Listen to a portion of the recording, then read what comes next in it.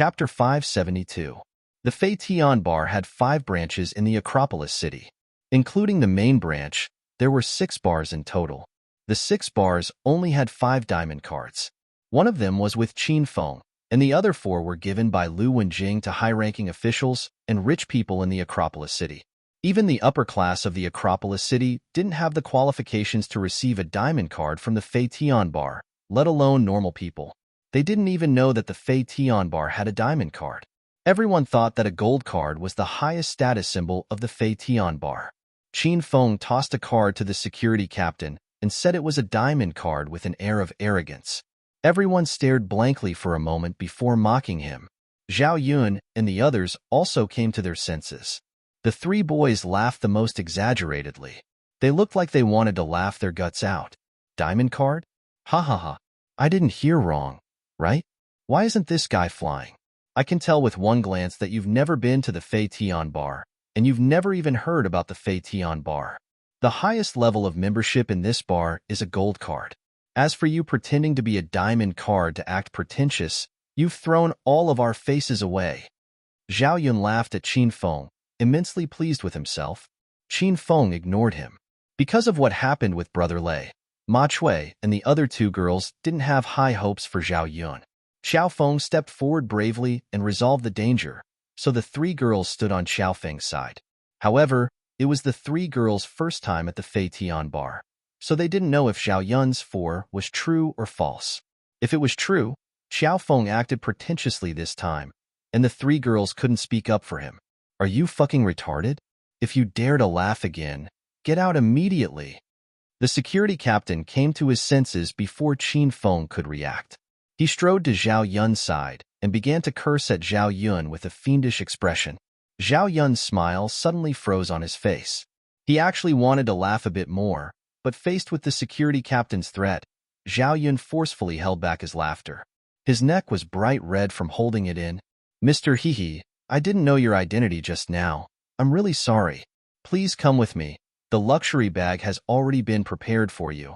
You can enjoy to your heart's content tonight. After shouting at Zhao Yun, the security captain immediately changed his attitude and walked to Xiao Feng's side with a smile.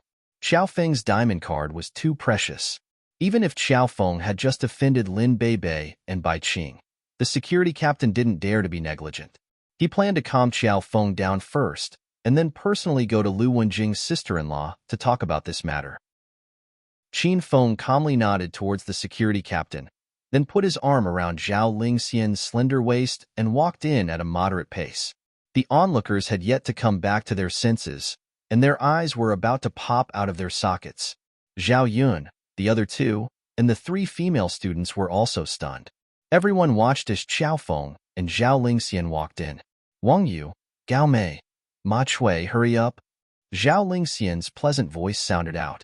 The 3 women came back to their senses and hurriedly followed her in. Zhao Yun and the other 2 boys also came back to their senses, but their eyes were still filled with disbelief. Even now, they still didn't understand what was going on. The security captain quickly brought everyone into the luxury room. Qin Feng had been here no less than 10 times. Once he entered, he pulled Zhao Lingxian to sit on the sofa and didn't do anything else. However, after Zhao Lingxian's 6 classmates entered the room, they all screamed. Wang Yu and Gao Mei, in particular, screamed in a dolphin voice. Wow, is this the Imperial Palace? How can a private room be so grand? Just the decoration alone must have cost a few million, right? Wang Yu, look at the layer of gold paper on the roof. I'm sure that's real gold. Aren't you afraid that the guests will scrape it away? Wang Yu and Gao Mei were the most excited. They ran around in the spacious luxury room, touching here and there, and their screams didn't stop. Zhao Yun and the other 2 boys were also stunned by the luxurious scene inside the private room. However, the 3 of them pretended to be calm because they saw Xiao Feng calmly sitting beside them. How could they be any worse than Xiao Feng? Out of everyone, only Ma Chui acted normal after entering the room. Moreover, her calmness wasn't fake. The other students thought Ma Chui was faking it, but Qin Feng knew that she wasn't faking it at all. Qin Feng had heard of Ma Chui's background when he was at university. Back then, Uncle Fu had told Qin Feng that it wasn't a problem to offend other people at school, but it was best not to offend a girl called Ma Chui. Big brother Xiaofeng, thank you from the front. After entering the room, Ma Chui stood at the door and hesitated for a long time. In the end, she shyly came to Xiaofeng's side. Qin Feng naturally knew that Ma Chui was talking about Big Brother Lei. However, Qin Feng didn't care about such a small matter. He smiled at Ma Chui and said, "Classmate Chui Chui, don't be so polite. You're Ling Xian's classmate, so you're also my friend." In that situation, aside from beasts and bastards who would retreat or push the blame onto others, any decent man would stand up. Qin Feng's words implied that Zhao Yun was a beast and a bastard. Zhao Yun was so angry that he blew his beard and glared at Qin Feng. However, that was indeed what he did at the time.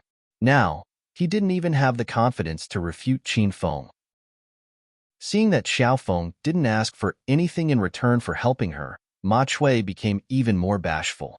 "Big brother Xiaofeng, I still have to thank you for opening this luxurious room for me. Don't worry, I'll remember tonight's expenses. When we get back, I'll have my family transfer the money to your card." Qin Feng knew that Ma Chui's family background was very secretive and special, so he was sure that she wouldn't mind tonight's expenses. However, Xiaofeng didn't care about the money either. He smiled and waved his hand. "Classmate Chui Chui, don't thank me for this. Actually, that diamond card is Ling Xian's card.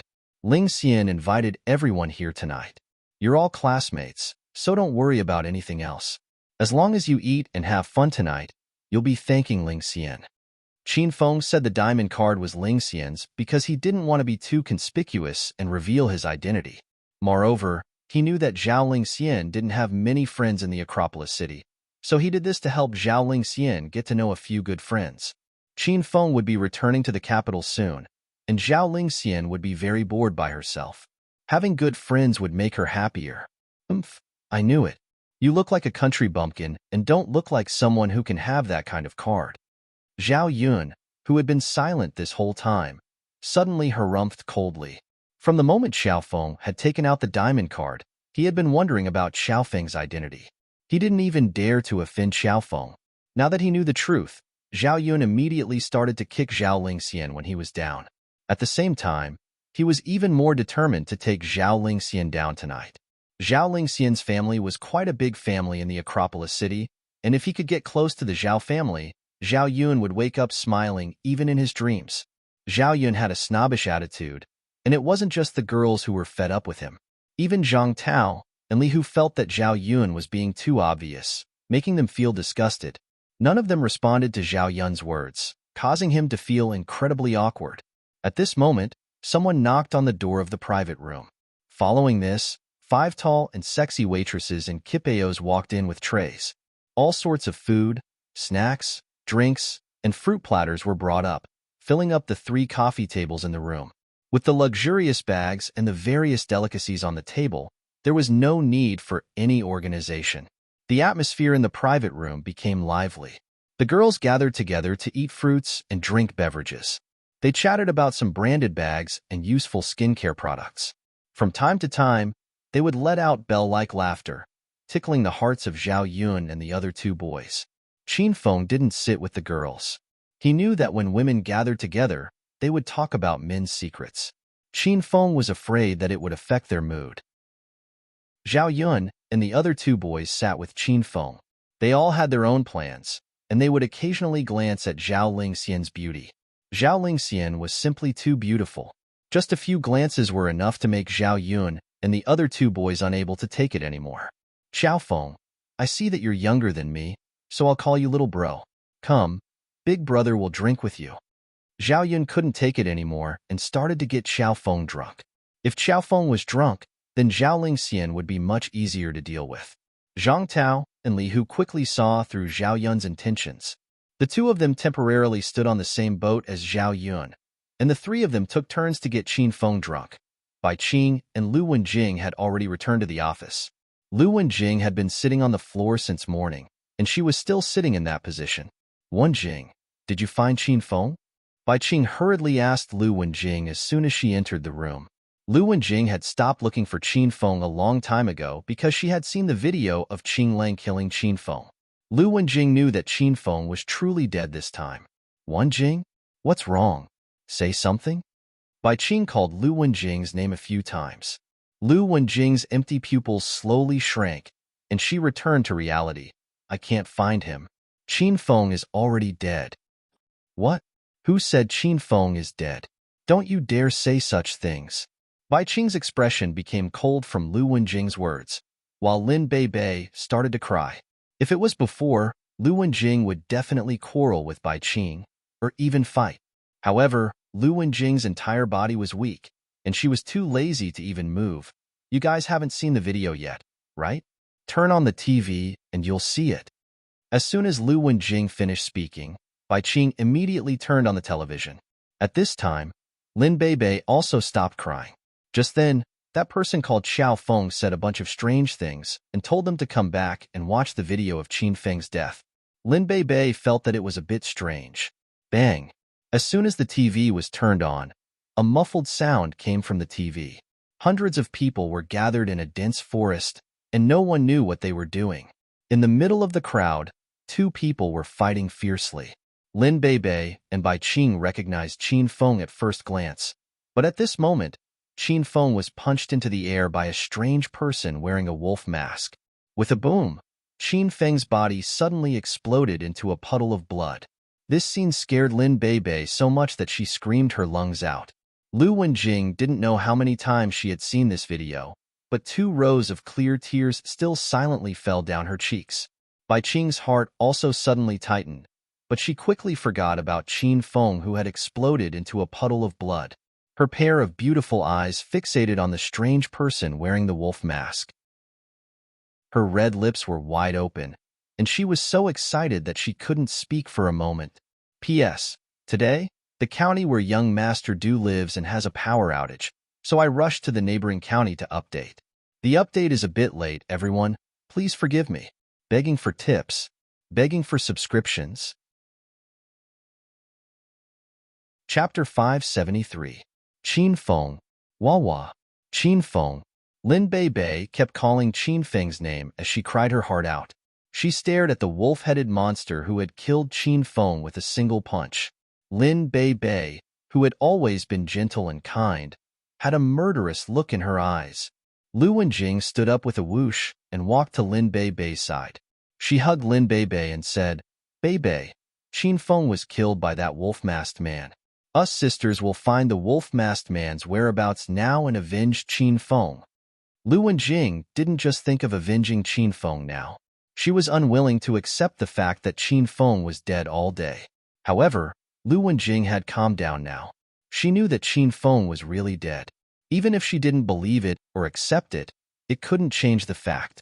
What Lu Wenjing needed to do now was to mobilize all the members of the Feng group and start hunting down the wolf-masked man. Big sister Jingjing, okay, I'll go with you to find that bastard. I want to kill him with my own hands and avenge Qin Feng. Lin Bei suddenly stopped crying. The usually gentle and weak Lin Bei looked at Lu Wenjing with abnormally determined eyes. Just as the two girls made their decision, Bai Qing, who was so excited that she couldn't come back to her senses, finally cried out in surprise, haha, great, this is really great. Bai Qing looked at the scene of Qin Feng being beaten up on TV. Not only did she not cry, she actually jumped and clapped and cheered like a little girl.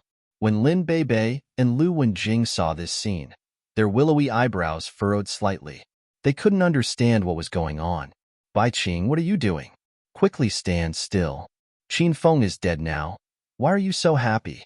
What are you thinking? Lu Wenjing couldn't take it anymore and rushed forward to punch her. Bai Qing was very happy and didn't care about Lu Wenjing at all.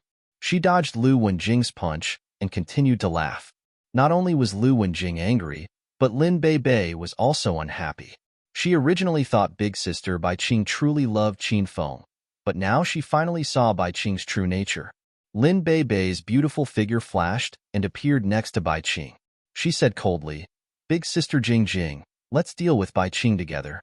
She's too hurtful.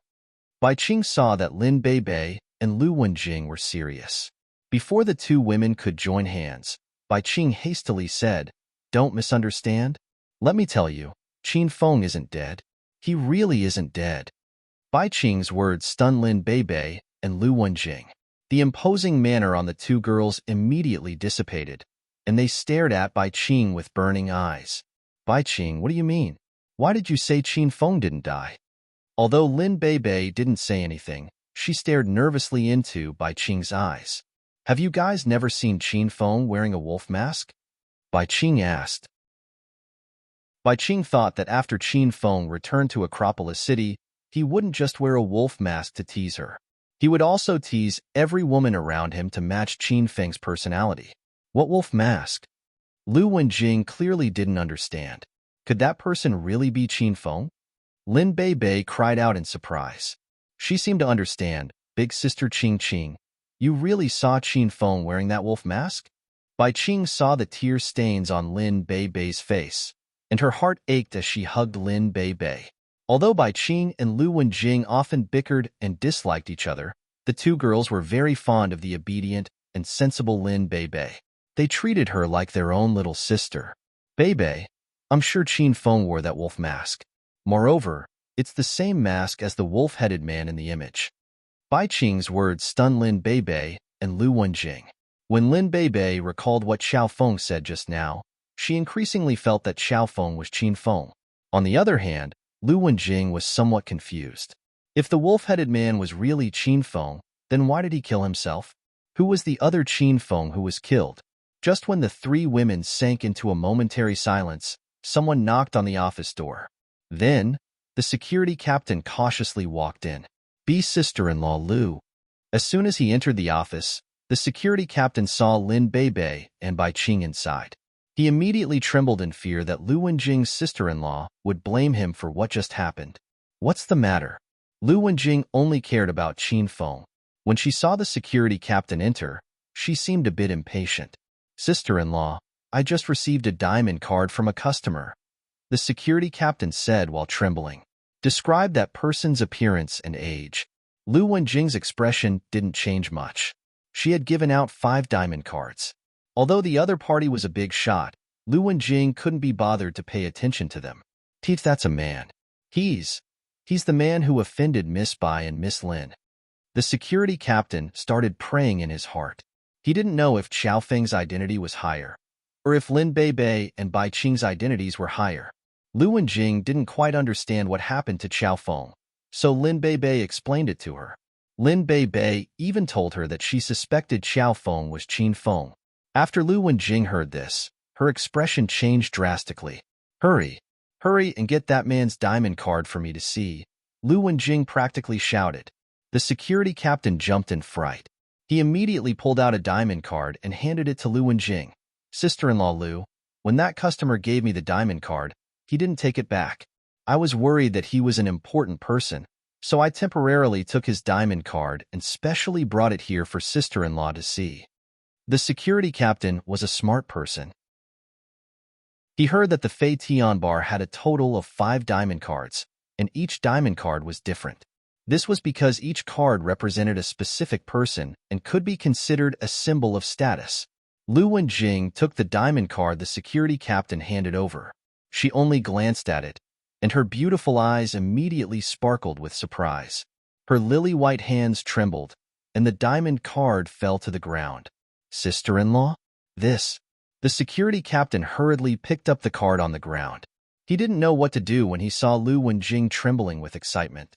Lu Wenjing ignored the security captain and rushed out the door. Of course, Lu Wenjing recognized that diamond card. She was the one who personally gave it to Qin Feng. Brothers, why aren't you guys drinking anymore? It's too boring for me to drink alone. Qin Feng held his wine cup and laughed as he looked at Zhao Yun and the others. The 3 of them were flushed, and their voices reeked of alcohol. It was clear that they were pretty much drunk. Seeing Xiao Feng raise his wine cup again, Zhao Yun and the others were so sullen that they wanted to vomit blood. At first, they planned to take turns to get Xiao Feng drunk. In the end, after drinking with Xiao Feng, the 3 of them realized that Xiao Feng was a fucking wine jar. Moreover, it was a wine jar with a hole in it. No matter how much they poured alcohol into him, he was fine. Ahem. Little brother Xiao Feng, tonight is classmate Ma Chui's birthday. Us 4 brothers can't just sit here and drink. Let's go to the girls' side and give classmate Ma Chui a toast.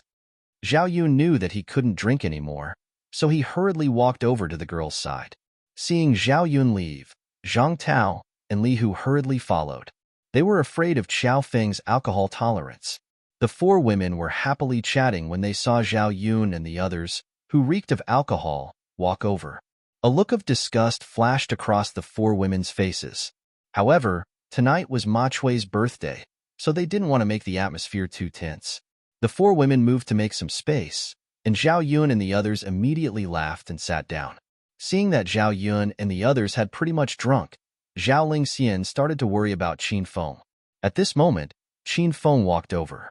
Zhao Lingxian stood up and supported Qin Feng. "Darling, are you all right?" Seeing Zhao Lingxian's flirtatious expression, Qin Feng couldn't help but pull her into his embrace. He pulled her to sit on the sofa and said, "I'm fine, don't worry." Zhao Lingxian looked over and found that Qin Feng really was fine. In fact, his expression hadn't changed at all. Ma Chui and the others looked at Xiao Feng curiously, then at Zhao Yun and the others. They felt that it was quite strange. Xiao Feng wasn't drunk? Zhao Yun and the others could feel the strange gazes from the girls, and they felt incredibly angry. The three of them had drunk Xiao Feng for a long time, but Xiao Feng was completely fine. On the other hand, the three of them had almost fainted from drinking. If word of this got out, it would be quite embarrassing. Ahem, classmate Chui Chui, you're dressed quite beautifully tonight. You look like a goddess. Come, let me toast you. I wish you a happy birthday and eternal beauty. Zhao Yun hurriedly changed the topic and toasted Ma Chui. However, not only did his words not please Ma Chui, a trace of resentment flashed through Ma Chui's eyes. In actuality, Ma Chui couldn't compare to Zhao Lingxian and the others at all. Putting aside Zhao Lingxian, she was ridiculously beautiful. Wang Yu and Gao Mei weren't particularly outstanding, but they were both tall and sexy girls. On the other hand, not only was Ma Chui extremely fat, but her face was also full of flesh. She wasn't beautiful at all. If a normal person saw her and didn't look down on her, that would be good enough. Ma Chui didn't say anything, and Zhao Yun felt incredibly awkward. Tonight, he had vowed to take down Zhao Lingxian, but he had been slapped in the face the entire night. He was about to become the king of awkward silence. Chui Chui, if you could lose some weight, you'd definitely be a great beauty. Qin Feng felt that Ma Chui wasn't a bad person, so he spoke the truth. Ma Chui was indeed very fat, and she cared a lot about other people talking about her body. However, now that Xiao Feng had said it, Ma Chui didn't feel any disgust. In fact, she looked like she accepted it. Little bro Xiao Feng, do you know how to speak? How is Chui Chui fat? There aren't many people with such a slim figure on the streets. Look at her slender waist, her pointy face, and Zhao Yun suddenly stopped speaking because he could feel the killing intent in Ma Chui's eyes. At this moment, Zhao Yun realized that his lies were too ridiculous. He even saw that Zhang Tao and Li Hu were laughing so hard that their faces and necks were red. Zhao Yun, that's enough. I know very well whether I'm fat or skinny, so please don't casually judge me. Ma Chui, who had always been shy and introverted, coldly glared at Zhao Yun. Almost no one at school knew about Ma Chui's family background. Everyone thought that Ma Chui was poor, ugly, and fat, so no one cared about her. Even at tonight's birthday party, Zhao Yun and the other two boys used Ma Chui as an excuse to pick up Gao Mei and Wang Yu. However, at this moment, Zhao Yun suddenly felt Ma Chui's might. It was as if in front of Ma Chui, he wasn't even an ant. Chapter 574. Looking at Ma Chui's cold expression, the arrogant Zhao Yun was so scared that he didn't dare to speak. He quickly shut his mouth and sat on the side like a little lamb. Wang Yu and Gao Mei were also shocked by Ma Chui's sudden outburst. The two girls even felt that Ma Chui had become a stranger. Zhang Tao and Li Hu's smiles disappeared. They sat on the side in fear and didn't know where to put their hands. The students usually didn't take Ma Chui seriously, but at this moment, they were inexplicably afraid of her. They couldn't explain the subtle change in their emotions. Qin Feng understood what the others were thinking. Qin Feng realized that Uncle Fu's warning made sense. He didn't expect Ma Chui to be a Stage 4 Inner Qi expert. If Qin Feng hadn't broken through to Stage 6 Inner Qi and could see Ma Chui's true strength, He wouldn't have believed that Ma Chui, who was in the same class as him and was often ridiculed and bullied by the other students, was a stage 4 inner chi expert. So, what kind of family does she come from? Why isn't the Ma family one of the 5 small families in Acropolis City? Also, why was Ma Chui afraid of Big Brother Lei? She's a stage 4 inner chi expert.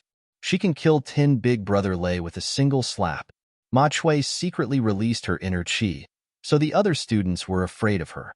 Qin Feng also secretly circulated his inner chi to help Zhao Lingxian resist the suppression of Ma Chui's inner chi. Ma Chui suddenly looked at Xiao Feng in surprise. She clearly sensed Xiao Feng's inner chi, but she couldn't see his true strength. This shocked Ma Chui. She didn't expect Xiao Feng to be a martial artist, and a high-ranked one at that. Chui, we're all classmates, so don't be angry. Come, let's raise our glasses and celebrate Chui's birthday. Qin Feng took the initiative and raised his glass. Ma Chui was very smart. She knew that Xiao Feng wanted her to withdraw her inner chi. After Ma Chui regained her senses, she quickly withdrew her inner chi. Big brother Xiao Feng, thank you. Ma Chui raised her glass and nodded at Qin Feng. Then, she looked at the others and said, "Thank you all for celebrating my birthday tonight. This is the first time I've celebrated my birthday with a friend. I'm very happy." Ma Chui smiled sweetly. She was happy from the bottom of her heart. It was just that Ma Chui was too fat, so she didn't look good when she smiled. The other boys all stole glances at Zhao Lingxian, but Xiao Feng became more and more interested in Ma Chui, mainly because of her family. Xiao Feng's gaze fell on Ma Chui as he examined her, causing her to feel a bit embarrassed. After everyone finished drinking the celebratory wine, Zhao Yun quickly suggested, "Fellow students, it is rare for us to gather together tonight. Tonight is student Ma Chui's birthday, so why don't we play a game?" Zhang Tao and Li Hu immediately understood Zhao Yun's intentions and echoed, "Young Master Zhao, what game are you playing?" "Why don't we play Dare? Does anyone have the guts?" Sister Yun slapped the table and shouted heroically. Zhang Tao and Li Hu's eyes widened when they heard the word Dare. They had been waiting for this moment tonight. When playing Dare, they had taken advantage of Gao Mei and Wang Yu. Now that Zhao Lingxian had come, Zhao Yun and the others couldn't wait to start. Okay, let's play Dare. I have the guts, I want to play. Che, I also dare to play. Who's afraid of who? Zhang Tao and Li Hu's performance was quite good, and Zhao Yun nodded in satisfaction. Zhao Yun looked at Qin Feng and said sloppily, "Little bro Xiao Feng, we all have guts. Don't tell me you don't have guts." How vulgar. Zhao Lingxian was very unhappy that others were speaking to Qin Feng like that and couldn't help but complain. Qin Feng pulled Zhao Lingxian into his embrace and smiled as he said, "I don't mind. If you guys want to play, I'll play with you." Seeing Zhao Yun and the others hooting, Qin Feng inwardly felt that they were quite funny. 10 years ago, Qin Feng had been the little prince of the nightclub. Rock, paper, scissors, dice, poker, and roulette were all Qin Feng's strengths. Who would dare to provoke Qin Feng? Qin Feng had single-handedly defeated the 4 talents of Sky City. To Qin Feng, Zhao Yun and the others' actions were simply suicidal. Haha, all right, then let's agree that when we start to play, no one is allowed to go back on their word. Otherwise, they'll have no guts. Hearing Zhao Yun repeatedly say no guts, the 4 girls' faces became slightly red.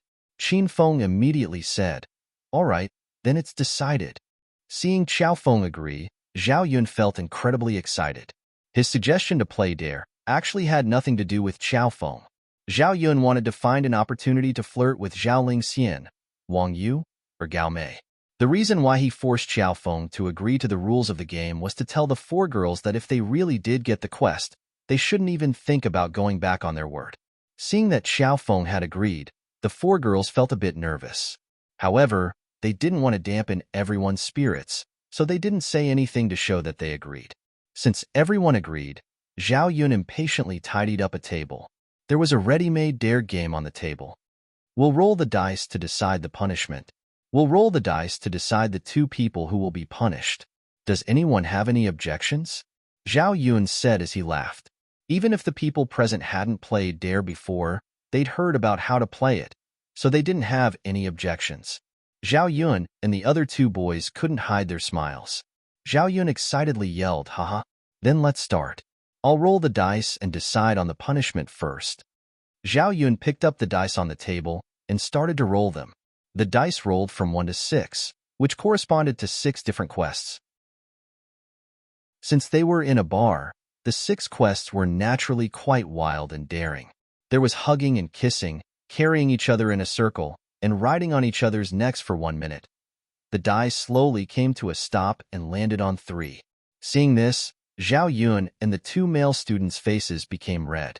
The quest for 3 was to passionately kiss each other for 15 seconds. The 3 male students' gazes fell on Zhao Lingxian's body.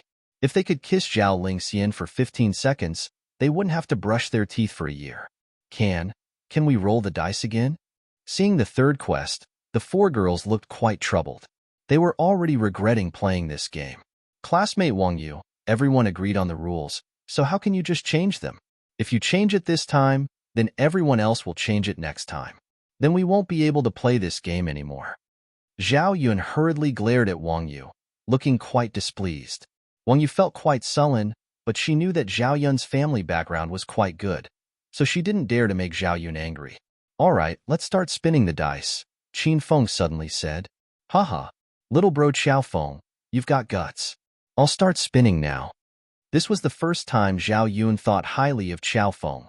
However, thinking about how he wanted to get on Qin Feng's woman and how Qin Feng was standing up for him, Zhao Yun felt incredibly excited. The dice started to spin, and the 4 girls nervously frowned. Zhao Lingxian tightly gripped Qin Feng's arm. If she really had to kiss another man, Zhao Lingxian would definitely turn and leave. The needle slowly slowed down and seemed to be about to stop. At this moment, Qin Feng found that Zhao Yun's hand was acting suspiciously under the dice wheel. Qin Feng immediately turned his body and pretended to hug Zhao Lingxian intimately. However, he saw that Zhao Yun was holding a magnet in his hand, controlling the iron needle in the dice wheel. This brat's quite sinister. Qin Feng looked at the needle that was about to land on Wang Yu's body, but was forcefully pulled onto Zhao Lingxian's body by Zhao Yun's magnet. Qin Feng smirked. Haha, the needle has landed on classmate Zhao Lingxian. Who knows where it'll land next? I'm looking forward to it. Seeing the needle land, Zhao Yun excitedly danced around. Of course, he knew where it would land next. It would definitely land on him. No, this round doesn't count. What Zhao Lingxian had been worried about happened. Seeing the needle land on her body, she was incredibly worried. Classmate Lingxian, I'm afraid that's not good, right? Just then, classmate Wang Yu also asked to roll the dice again. In the end, she accepted the rules. Now that you've broken the rules, I'm afraid it won't be right, Zhao Yun said regretfully as he looked at Zhao Lingxian. Zhao Lingxian anxiously grabbed Qin Feng's hand. Before she could say anything, Qin Feng yelled, It moved. The wheel moved again. It's pointing at classmate Cui Cui. Qin Feng's yell gave Zhao Yun and the other 2 a fright. They had been feeling incredibly excited when they saw the needle suddenly move and land on Ma Cui, who was standing next to Zhao Lingxian. The 3 of them felt as if they were on a roller coaster and fell to the bottom of the valley. Phew, it really moved. That scared me to death. However, classmate Cui Cui, what are you going to do? Zhao Lingxian had a kind heart. Seeing the needle land on Ma Cui, she started to worry for Ma Cui. Ma Chui's chubby face was completely red. She was so nervous that she couldn't even speak. Zhang Tao looked confused as he asked, What's going on? The needle is very stable. It shouldn't have slipped. It clearly stopped and stood there for a few seconds, so how could it suddenly slip? Zhang Tao's confusion was the same as everyone else's. However, Qin Feng wasn't confused at all because the needle had slipped because he had used his inner qi. However, Qin Feng hadn't intentionally moved the needle to Ma Cui. It was just that Ma Cui was sitting to Zhao Lingxian's right, so Qin Feng's needle had just slipped. If it had slipped too much, everyone would have been suspicious. Chapter 575. Since the needle isn't stable, how about we stop playing? Ma Cui said nervously. However, her voice was as soft as a mosquito's, and it was almost inaudible. Ma Cui was the birthday girl tonight. When she said she didn't want to play anymore, Zhao Lingxian and the other two girls immediately said they didn't want to play anymore. Qin Feng didn't mind, but Zhao Yun and the other two boys were extremely anxious. They had finally found a chance to take advantage of Ma Chui, so how could they let it go so easily? Classmate Ma Chui, you're the birthday girl tonight. If you take the lead and break the rules of this game, it wouldn't be good, right? Zhao Yun quickly said as he looked at Ma Chui. Although Ma Chui was a stage 4 inner chi expert, her EQ wasn't very high. She didn't know how to interact with people, and she was already very shy when sitting in a crowd. Now, she was even more bashful. From what I see, the needle slipping is a coincidence. How about we spin it again? Maybe it'll be fine? Seeing that Ma Chui didn't say anything, Zhao Yun quickly suggested. Okay, I agree with young Master Zhao's suggestion. I also think that it was a coincidence. There are so many people coming to this bar every day. This is a luxury room, so it is impossible for the wheel to be broken. Zhang Tao and Li Hu quickly echoed Zhao Yun's words. They were simply two lackeys. Zhao Yun was very satisfied with Zhang Tao and Ma Chui's reactions, so she quickly said, since everyone has agreed to continue playing, let's count as the pointer pointing to Zhao Lingxian. Ma Chui is the birthday girl after all, so we'll let her win this time. Haha, okay, then it's decided. Zhang Tao and Li Hu also agreed with Zhao Yun's words. The three of them were in a difficult situation, and now there was a weasel. Whoosh! Without waiting for anyone to react, Sister Yun impatiently spun the wheel. Zhao Lingxian was angry and anxious. Her beautiful eyes stared at the needle, afraid that it would fall on someone else. The needle slowly slowed down and was about to stop. This time, Zhao Yun didn't dare to rashly use the iron magnet. Instead, he looked at where the needle would fall. It would be bad if it slipped again and attracted everyone's attention. The needle slowly stopped and fell on Zhao Yun's position. Zhao Yun felt as if he had been hit by a pie from the sky. He jumped up excitedly and said, Haha, it's me. The needle is pointing at me. Classmate Lingxian, sorry to trouble you. Shall we start now? Zhao Yun's thoughts had been on Zhao Lingxian for the entire night, and he couldn't wait to passionately kiss her. Zhao Lingxian had a disgusted expression on her face as she tightly held onto Qin Feng's arm, unwilling to let go. Classmate Zhao, are you seeing things? The needle was clearly pointing at me. How did it become you? Qin Feng patted the back of Zhao Lingxian's hand as he suddenly laughed. Zhao Yun froze and looked at the wheel. The needle that had been pointing at him was now pointing at Qin Feng. Fuck, how is this possible? Wasn't the pointer pointing at me just now? No, it's a slippery needle. I don't care. It's me. Seeing that the opportunity to kiss Zhao Lingxian had fallen to Qiao Feng, Zhao Yun hurriedly retorted. Qin Feng said unhurriedly, Classmate Zhao, you didn't count the previous slips, and if you don't count the slips this time as well, then what's the point of playing this game? Besides, why did the needle keep sliding? It can't be that someone has something like a magnet on their body, right? Qin Feng looked at Zhao Yun playfully. Zhao Yun's heart skipped a beat, and he was so scared that his expression was a bit strange. That you? Zhao Yun stuttered. The other students also felt that the needle of the wheel was too strange. Since the needle has turned to me and Lingxian, let's kiss for everyone to see. Qiao Feng, am someone with guts. Seeing how scared Zhao Yun was, Qin Feng felt that it was quite funny. Qin Feng pulled Zhao Lingxian into his embrace and kissed her as if there was no one else around. Zhao Lingxian was a bit shy, but she was afraid that Qin Feng would lose face if she refused. As such, she snuggled into Qin Feng's embrace, causing everyone to be dumbfounded. The punishment was to kiss for 15 seconds, but Qin Feng and Zhao Lingxian madly kissed for a whole minute before stopping. Qin Feng found that Zhao Lingxian was becoming more and more alluring. If it wasn't for the fact that there were other people around, Qin Feng would have pushed her down again. The sound of saliva being swallowed could be heard, and even Ma Chui and the other two girls were blushing.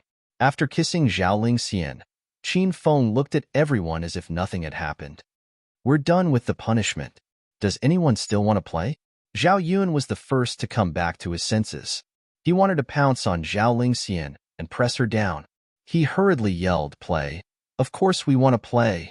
After speaking, Zhao Yun didn't wait for the three girls to come back to their senses as he picked up the die and started to spin it. The die was pips again, and the punishment was still a passionate kiss. This made Zhao Yun, Zhang Tao, and Li Hu incredibly happy. They felt that the heavens were helping them tonight. After the die landed, Zhao Yun prepared to spin the wheel. However, Qin Feng was one step ahead and said, "Wait, this wheel really does seem to be a bit slippery. Does anyone have any problems with this?" "No problem. If it's a slippery needle, then it's a slippery needle. After all, it's going to slide every time. In the end, it's all the same." Zhao Yun was the first to express his approval. He didn't know that the slippery needle was caused by Qin Feng's inner qi, so he couldn't wait for the wheel to slide. That way, he could use the magnet to continue his tricks. Zhang Tao and Li Hu were naturally the second to stand up and agree. Ma Chui and the other two girls didn't say anything, nor did they object. No one knew what they were thinking. Haha, since no one has any objections, I'll start spinning. Zhao Yun didn't wait for anyone to object and spun the wheel. The needle went from fast to slow, causing everyone to feel nervous. The needle was originally going to land on Gao Mei, but Zhao Yun hurriedly put the magnet down, causing the needle to speed up. In the end, it landed on Zhao Lingxian. Qin Feng naturally knew what Zhao Yun was doing. He had wanted to buy a large magnet from the system to play with Zhao Yun, but after he lost contact with the system, there had been no response. Qin Feng didn't know what was going on. Haha, it's classmate Lingxian again. Classmate Lingxian has such good luck tonight. Zhao Yun's excited voice suddenly stopped. This was because he saw the needle suddenly slip and fall on Ma Chui's body. Moreover, Zhao Yun wanted to use the magnet to turn the needle back, but the magnet seemed to have lost its effect. The needle steadily fell on Ma Chui's body without moving. Ma Chui's face once again became bright red. Although this girl was strong, she couldn't control her emotions. She was like a young girl who had just entered society. Everyone could tell when she was shy or angry. This isn't right. Zhao Yun's forehead was covered with sweat. Why had the needle moved to Ma Chui's head? He didn't want to kiss a fat girl like Ma Chui. Classmate Zhao, what's wrong? Don't tell me you actually hit a magnet on your body? Qin Feng smiled as he looked at Zhao Yun. Zhao Yun was so scared that he almost fell to the ground. How could that be? Why would I put on that thing for no reason? It's not like I'm a metal collector. Zhao Yun was afraid that everyone would suspect that he had a magnet on him, so he hurriedly spun the needle again. This time, the needle was going to land on Zhang Tao, but Qin Feng was next to Zhang Tao, so Zhao Yun had an idea. He secretly smiled as he used the magnet to land on Qin Feng, wanting Qin Feng and Ma Chui to kiss. Qin Feng naturally knew what Zhao Yun was thinking, so he started to circulate his inner qi, preparing to have the needle land on Gao Mei's body. This way, having the two girls kiss would be taking care of Ma Chui. However, just as Qin Feng released his inner qi, another wave of inner qi collided with it. The two waves of inner qi canceled each other out, and the needle landed firmly on Qin Feng's body. Ah! Seeing this scene, Ma Chui cried out in surprise. Qin Feng also raised his eyebrows. Then, the two of them looked at each other and immediately understood. When Qin Feng had acted, Ma Chui had been afraid of kissing a boy, so she had circulated her inner qi to have the needle land on Zhao Lingxian's body.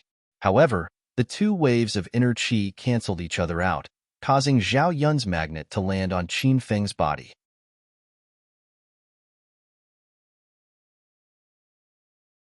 Chapter 576. Bang!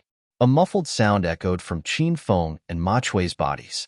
Both of them rebounded and retreated 3 to 4 steps before stabilizing themselves. Qin Feng immediately sat on the ground. He felt his body was filled with poisonous gas. It was the same feeling he had when he was hit by Taoist Rakshasa's corpse gas and Hua Yan's demon gas.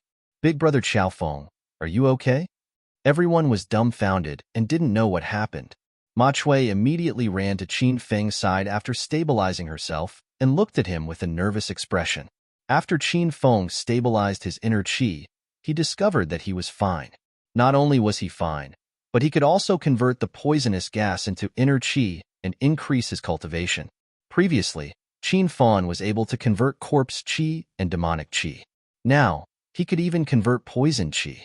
At that time, Little Pig had said that Qin Fan's body was a septic tank. Qin Fan had even taught Little Pig a lesson. Now, even Qin Fan himself felt that this analogy was quite accurate. I'm fine. I was just too engrossed in kissing you just now. I can't stop thinking about it. After Qin Feng stabilized the poisonous gas, he stood up and smiled brightly at Ma Chui. Ma Chui naturally understood what he meant.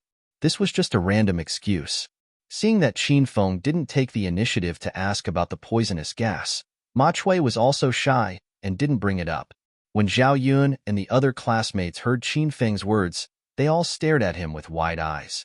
They thought that this person's taste was not ordinary. Then you guys continue playing.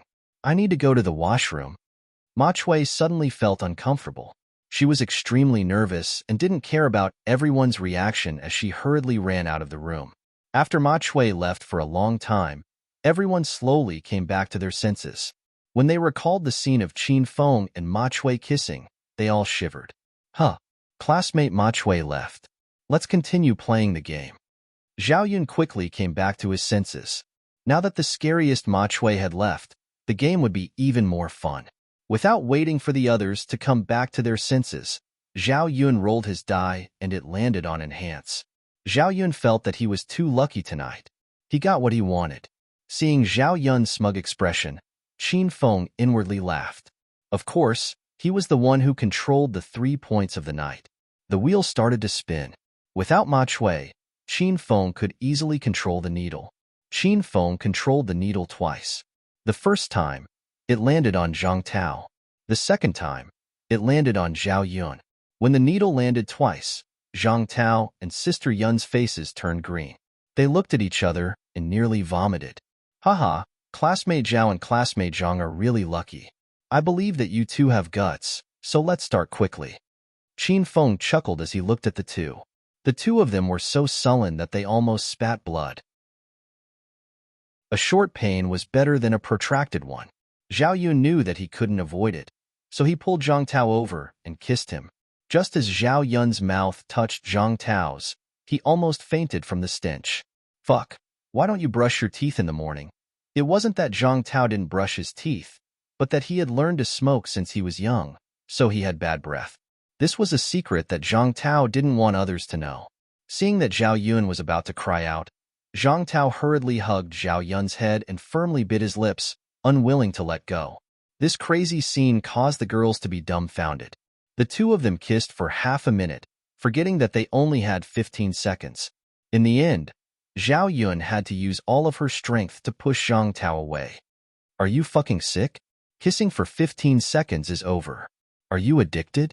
After being scolded by Zhao Yun, Zhang Tao couldn't retort, so he sat back down.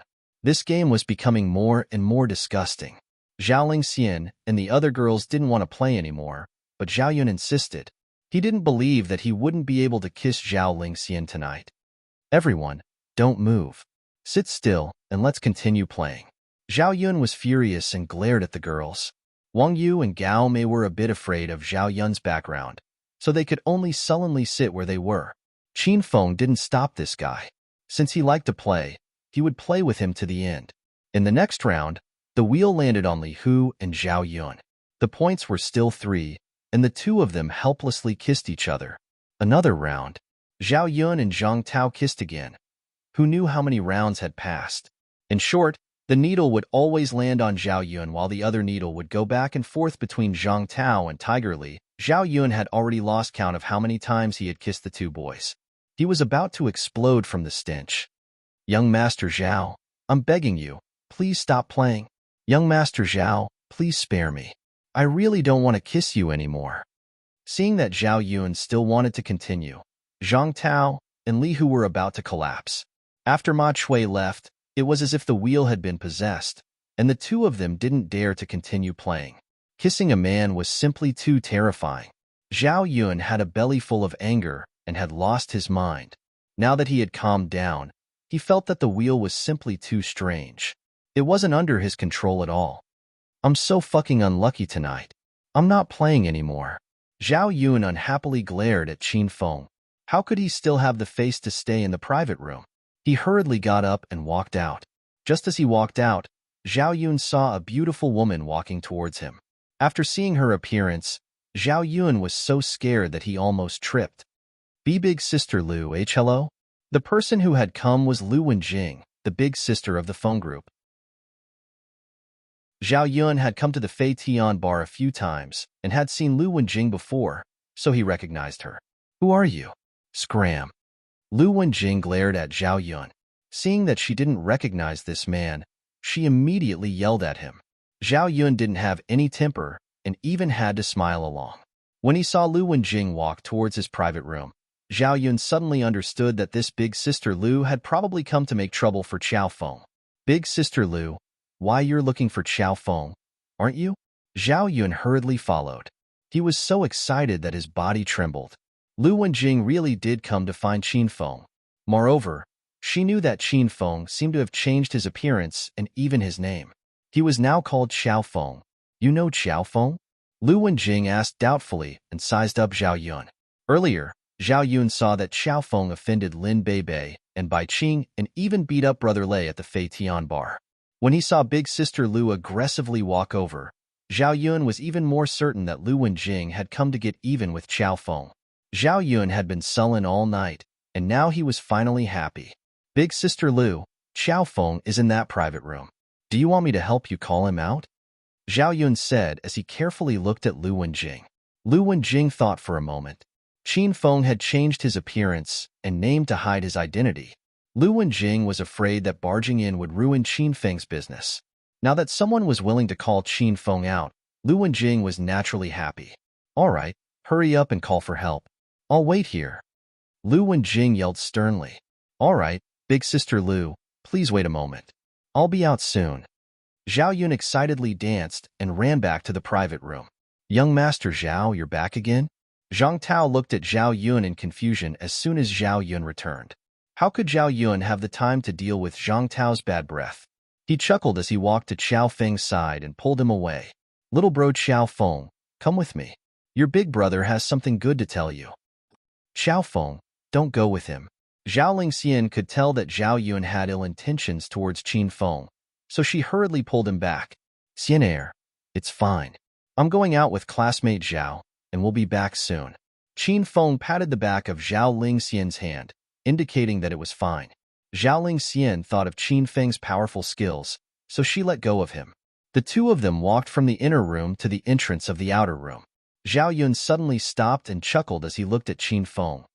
Little bro Qiao Feng, do you know Fei Tian Bar's Lu Wenjing? Qin Feng's expression changed slightly. He feigned ignorance and said, I don't know her. Why are you saying this? Seeing that Qin Feng didn't know Lu Wenjing and hadn't even heard of her before, Zhao Yun became even more excited. Little bro Qiao Feng, let me tell you this.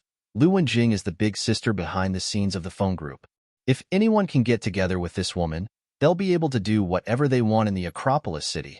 Let me tell you a secret. Lu Wenjing is actually very empty. Because her status is too high, no man dares to get close to her. However, didn't Qin Feng die yesterday? Lu Wenjing definitely wants to find a new lover. Little bro Qiao Feng, if you grasp this opportunity, your future will be bright. When Qin Feng first heard Zhao Yun ask him if he knew Lu Wenjing, he was a bit worried. He thought that Zhao Yun had discovered his identity. Now that he understood the situation, Qin Feng inwardly coldly laughed. This Zhao Yun was up to no good and wanted to trick him into seducing Lu Wenjing. Qin Feng was about to die from Zhao Yun's teasing. Oh, is that true? If that's true, then young Master Zhao, why don't you go and get that woman? Qin Feng looked doubtful. Zhao Yun continued to speak. AI, you just met me, so you don't understand me. I'm a very loyal person, and I've liked classmate Gao Mei for a long time. As such, I won't even look at other women. Seeing how Zhao Yun spoke as if he was speaking the truth, Qin Feng almost vomited from disgust. Tonight, Zhao Yun had peeked at Zhao Lingxian quite a few times.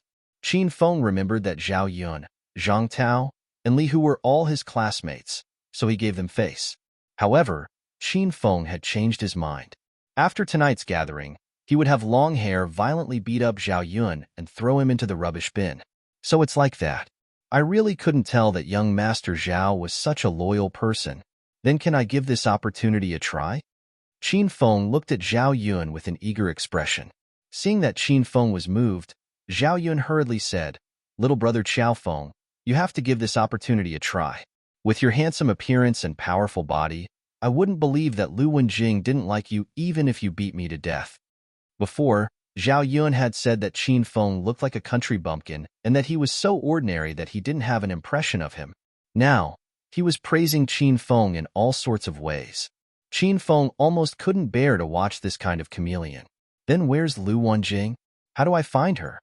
Qin Feng asked. "Hee, why else would I call you out alone? I just saw her at the door. She was wearing a luxurious black silk dress and looked like a fairy. Hurry and go look for her. She might not have gone far yet." As Zhao Yun spoke, he didn't wait for Qin Feng to agree and pushed him out the door. At this time, Lu Wenjing was waiting at the door. Zhao Yun brought Qin Feng to a place not far from Lu Wenjing. He nodded at Lu Wenjing, indicating that this was Qiao Feng. Then, Zhao Yun silently left without saying a word.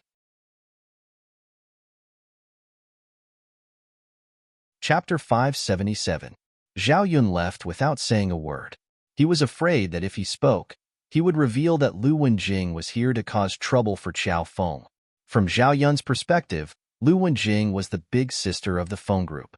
Even if she wanted to take care of Qiao Feng, she would take him to a private room or an office.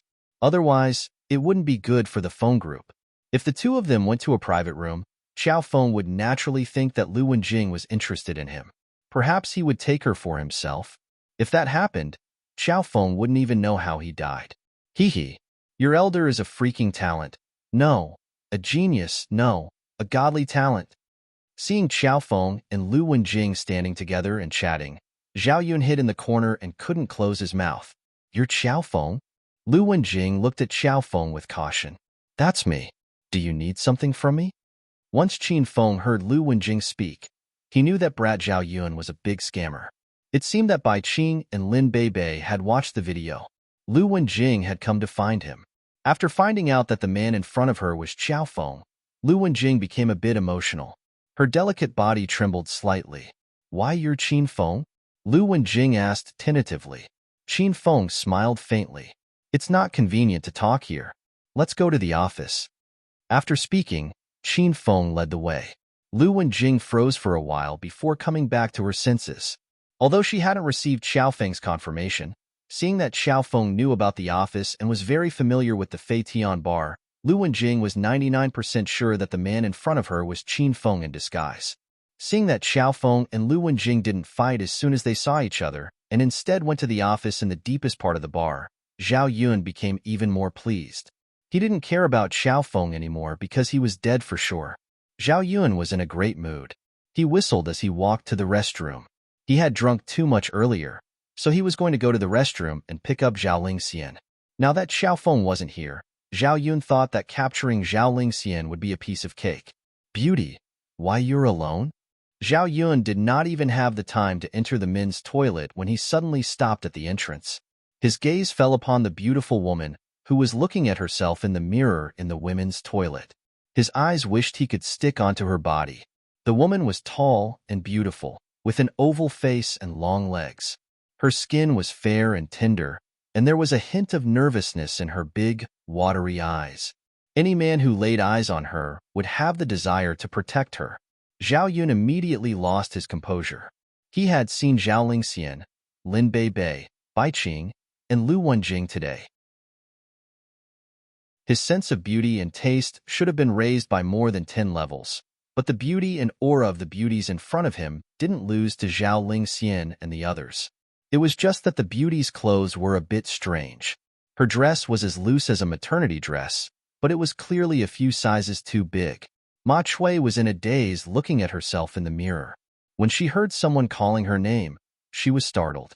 Zhao Yun? Are you crazy? Stay away from me." After tonight's events, Ma Chui already hated Zhao Yun. Now that Zhao Yun came to strike up a conversation with her with a perverted look, Ma Chui was so angry that she pouted. Zhao Yun was instantly dumbfounded. He carefully looked at Ma Chui and asked in confusion, "Beauty, You know me? Ma Chui's expression changed as if she suddenly thought of something. It turned out that Ma Chui was born with poisonous gas in her body, and as she grew older, the amount of poisonous gas in her body increased. The Ma family found many famous doctors, but none of them could find the cause of Ma Chui's illness. Luckily, the Ma family was an ancient martial arts family and had Ma Chui cultivate ancient martial arts since she was young. Ma Chui was naturally intelligent and reached stage 4 inner chi at a young age. Because she had inner chi in her body, Ma Chui could force out some of the poisonous gas in her body every day. However, the amount she forced out was not as much as the poisonous gas released by her body. It wasn't that Ma Chui was lazy and didn't want to lose weight, but that the poisonous gas in her body made her fat. Not long ago, when Xiao Feng and Ma Chui kissed, Xiao Feng sucked away most of the poisonous gas in Ma Chui's body. Ma Chui suddenly felt uncomfortable in her stomach.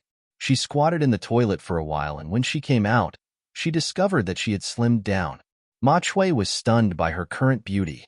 She stared at the mirror for a long time before she was sure that it was her. After Ma Chui slimmed down, her beauty became outstanding. In addition, because of her cultivation, her body also had an extra layer of spiritual energy. It was no wonder that Zhao Yun couldn't recognize her. "I'm sorry. I recognized the wrong person. Don't follow me. I came with my boyfriend." After Ma Chui understood the situation, she immediately dodged Zhao Yun. Zhao Yun stared blankly as the beauty walked away. His heart was restless, but when he remembered that she had a boyfriend, he didn't know if her boyfriend was powerful or not. In the end, Zhao Yun dispelled the thought of continuing to pester Ma Chui. After Ma Chui got rid of Zhao Yun, she lowered her head and aimlessly walked in the crowd. When she raised her head, she discovered that she had instinctively returned to the private room. Ma Chui stood at the entrance of the private room, hesitating. Ever since she was young, she had been a fat girl. No one liked her, and most people bullied and laughed at her. Ma Chui had suddenly become so beautiful. She was afraid of entering the room and seeing everyone's shocked expressions because she was afraid of being the center of attention. However, Ma Chui had another impulse. She really wanted to enter the room and let Xiao Feng, who had kissed her, see her beautiful side. Ma Chui didn't know what she was thinking. She even hoped that Xiao Feng would leave Zhao Lingxian and be with her after seeing how beautiful she was. After hesitating at the entrance for a few minutes, Ma Chui gritted her teeth, pushed open the door, and walked into the private room. In the private room, Zhao Lingxian, Wang Yu, and Gao Mei sat together and chatted. Zhang Tao and Li Hu sat to the side and secretly watched Zhao Lingxian. Because Xiao Feng and Zhao Yun had gone out, the atmosphere in the private room was a bit boring. "W, who are you looking for?" "W, what a pretty girl." "W, do you want to come in and sit?" Zhang Tao and Li Hu were the first to see Ma Chui enter the room. Their eyes immediately widened, and they couldn't take their eyes off Ma Chui's face. "Lingxian, this girl is really beautiful. She's as beautiful as you. She's a goddess." "Beauty, did you come to the wrong room? But that's fine. You can come in and sit."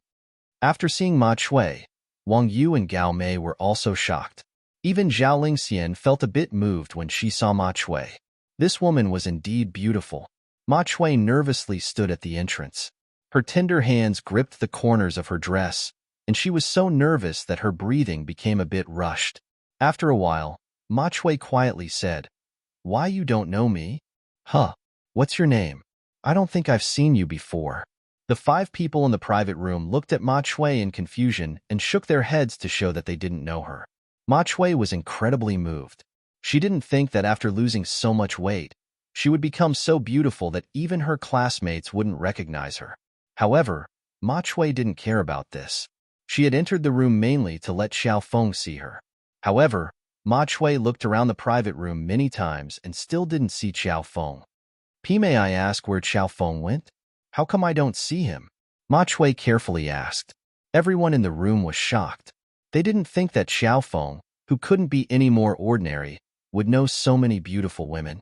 This cute little beauty had come to the bar to look for him? "Who are you? What's your relationship with Xiao Feng?" Before everyone could come back to their senses, Zhao Lingxian had already stood up. There was a trace of hostility in her eyes. In actuality, Zhao Lingxian was a bit confused. Xiao Feng had only been used tonight, so how did this beauty know who Xiao Feng was? Huh, I don't have anything to do with him. I have things to do, so I'll be leaving now. Ma Chui didn't think that Zhao Lingxian would have such a big reaction. Ma Chui suddenly felt as if she had been caught cheating.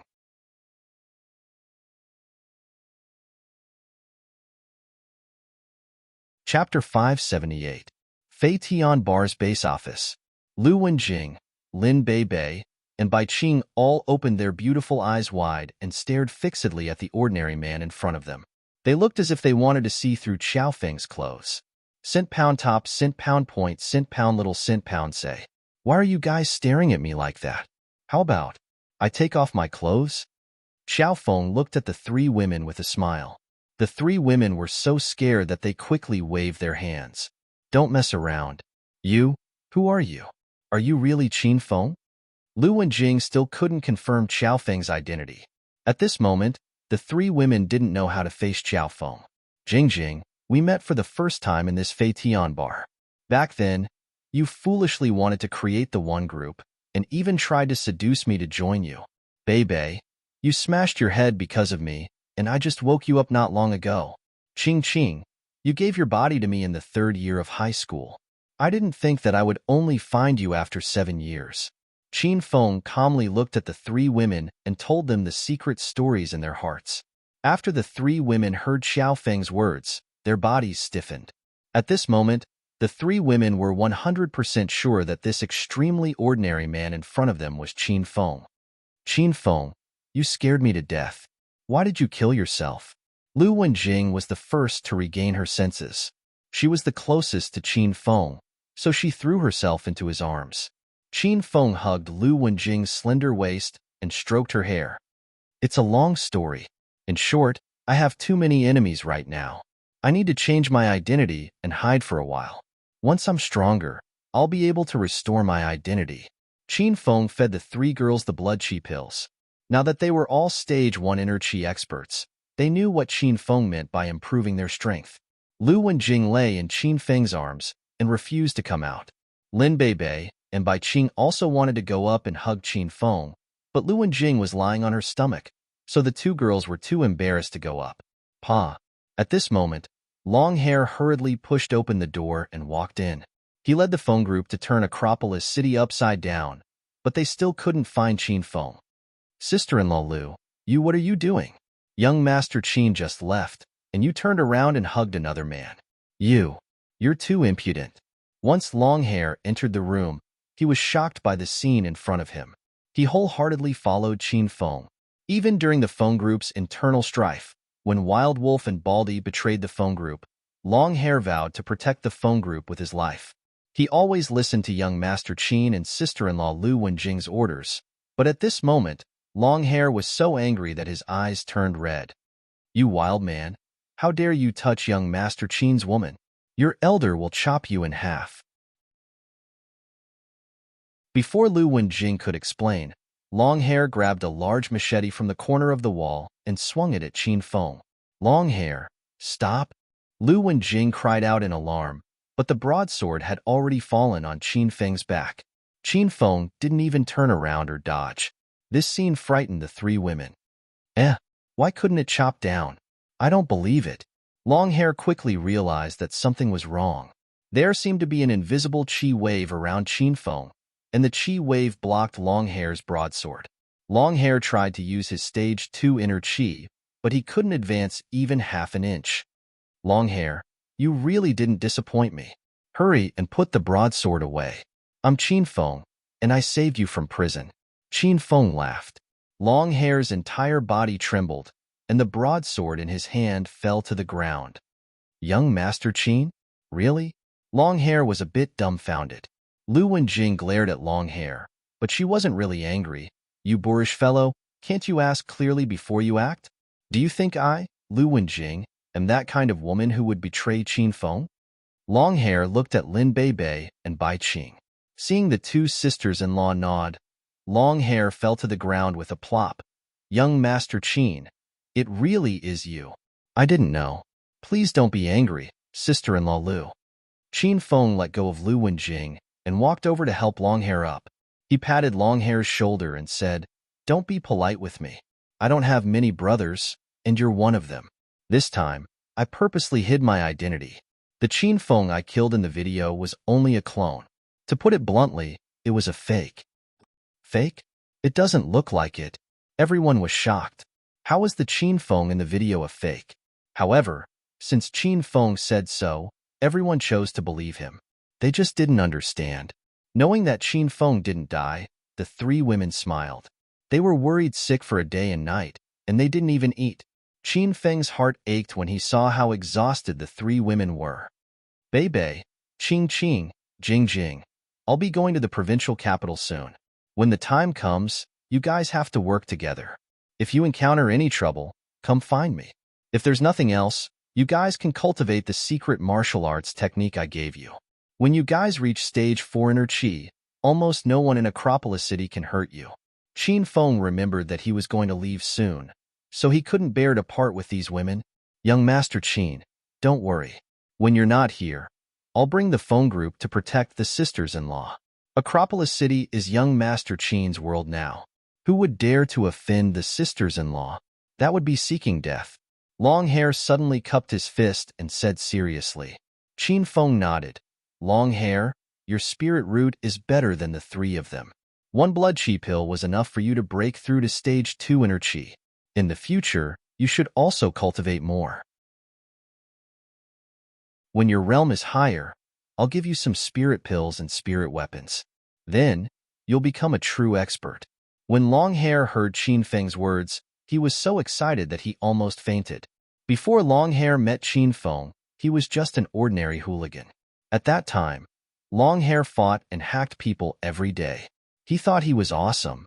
However, after he obtained the blood chi pill and broke through, Longhair saw another world. Only then did he realize how ignorant and childish he used to be. Of course, Longhair knew how powerful a true expert was. He also wanted to become stronger. "Then I'll thank young Master Qin in advance," Longhair said with a smile. Qin Feng kicked Longhair's butt and scolded jokingly, "Don't flatter me. Get lost." Longhair immediately retreated, but his face was full of smiles. After Longhair left, Qin Feng flirted with the three beauties for a while. However, Qin Feng always stood next to the three beauties in Xiaofeng's appearance. This made the three women feel weird, but to prevent his identity from being exposed, Qin Feng didn't change back to his original appearance. They chatted for a while, and the three women's worries completely disappeared. They were all immersed in the joy that Qin Feng didn't die. Seeing that they were fine, Qin Feng felt at ease. "I'll go out for a while. I'll come find you guys in a bit." After calming the three women down, Qin Feng returned to the private room. Although Zhao Lingxian had broken through to stage 1 inner chi, Qin Feng was still worried that Zhao Yun would do something to her. Of course, Lin Bei Bei could tell that Qin Feng was in a hurry to find Zhao Lingxian. However, she obediently retreated to the side and didn't say anything.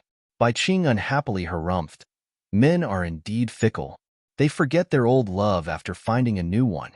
Qin Feng had just walked to the door when he heard Bai Qing's complaint. He almost tripped and fell. When Qin Feng returned to the private room, he found that Ma Chui still hadn't returned. Everyone else was scattered in the private room, playing with their phones. The atmosphere was very heavy. "Qin, Xiaofeng, you're back." When Zhao Lingxian saw Qin Feng, she immediately pounced on him. Seeing that Qin Feng hadn't returned for so long, she was ready to go find him. Qin Feng put his arm around Zhao Lingxian's small waist and brought her to the sofa. He patted Zhao Lingxian's head and smiled. "I'm fine. Don't worry about me." "That's right. Classmate Chui Chui still hasn't come back?" Zhao Lingxian rolled her eyes at Qin Feng. "What's wrong? Why do you care so much about Chui Chui? Don't tell me you developed feelings for her from that kiss just then?" Hearing Zhao Lingxian's eccentric voice, Qin Feng hurriedly smiled and said, "No, that was just a punishment for playing a game. I didn't take it seriously." Indeed, Qin Feng hadn't developed feelings from the kiss. He was just very curious about Ma Chui. How could there be so much poisonous gas in her body? Moreover, Qin Feng also wanted to find out what her family was like. Zhao Lingxian wasn't very jealous of Ma Chui. After all, Ma Chui was too fat, and Zhao Lingxian felt that with Qin Feng's standards, he definitely wouldn't be interested in Ma Chui. Zhao Lingxian's beautiful eyes turned, and she suddenly thought of the great beauty who had come in not too long ago. Zhao Lingxian angrily glared at Qin Feng and suddenly pinched his waist. "Io, Lingxian, I already said I was playing a game with Chui Chui. You still don't believe me?" Qin Feng was caught off guard and cried out in pain. Zhao Lingxian unhappily harumphed, "Humph, I wasn't talking about Ma Chui." Just then, a great beauty came to look for you in the private room. Where did that vixen come from? Qin Feng was completely confused. He didn't know which beauty had come after he left. The only beauties he could think of were Lin Beibei and Bai Qing. However, Zhao Lingxian recognized Lin Beibei and Bai Qing, which meant that it wasn't them. What beauty? I didn't even see her, so don't accuse me like this. Qin Feng helplessly looked at Zhao Lingxian. Zhao Lingxian wanted to say something, but Zhao Yun suddenly walked over. "Xiao Feng, why you're fine? You're actually fine?" Zhao Yun had long since seen Xiao Feng come in, but he only came back to his senses now. When Zhao Yun saw Xiao Feng leave with Lu Wenjing, he was sure that Xiao Feng was half dead. He never thought that Xiao Feng would come back alive and kicking, and that he was so affectionate with Zhao Lingxian. "HM? Young Master Zhao, what do you mean? Why do I feel like you want something to happen to me?" Xiao Feng smiled as he looked at Zhao Yun. Zhao Yun hurriedly laughed dryly and said, "Haha, little brother Xiao Feng, what are you saying? How could I want something to happen to you? I just wanted to ask, did you go there?" Qin Feng naturally knew what Zhao Yun wanted to ask, so he casually said, "Of course I went. I have to thank young Master Zhao. You're absolutely right. She's very open-minded. Ahem, my Lingxian is still here, so I won't say any more. You understand." Qin Feng gave Zhao Yun a knowing smile. Zhao Yun was instantly dumbfounded.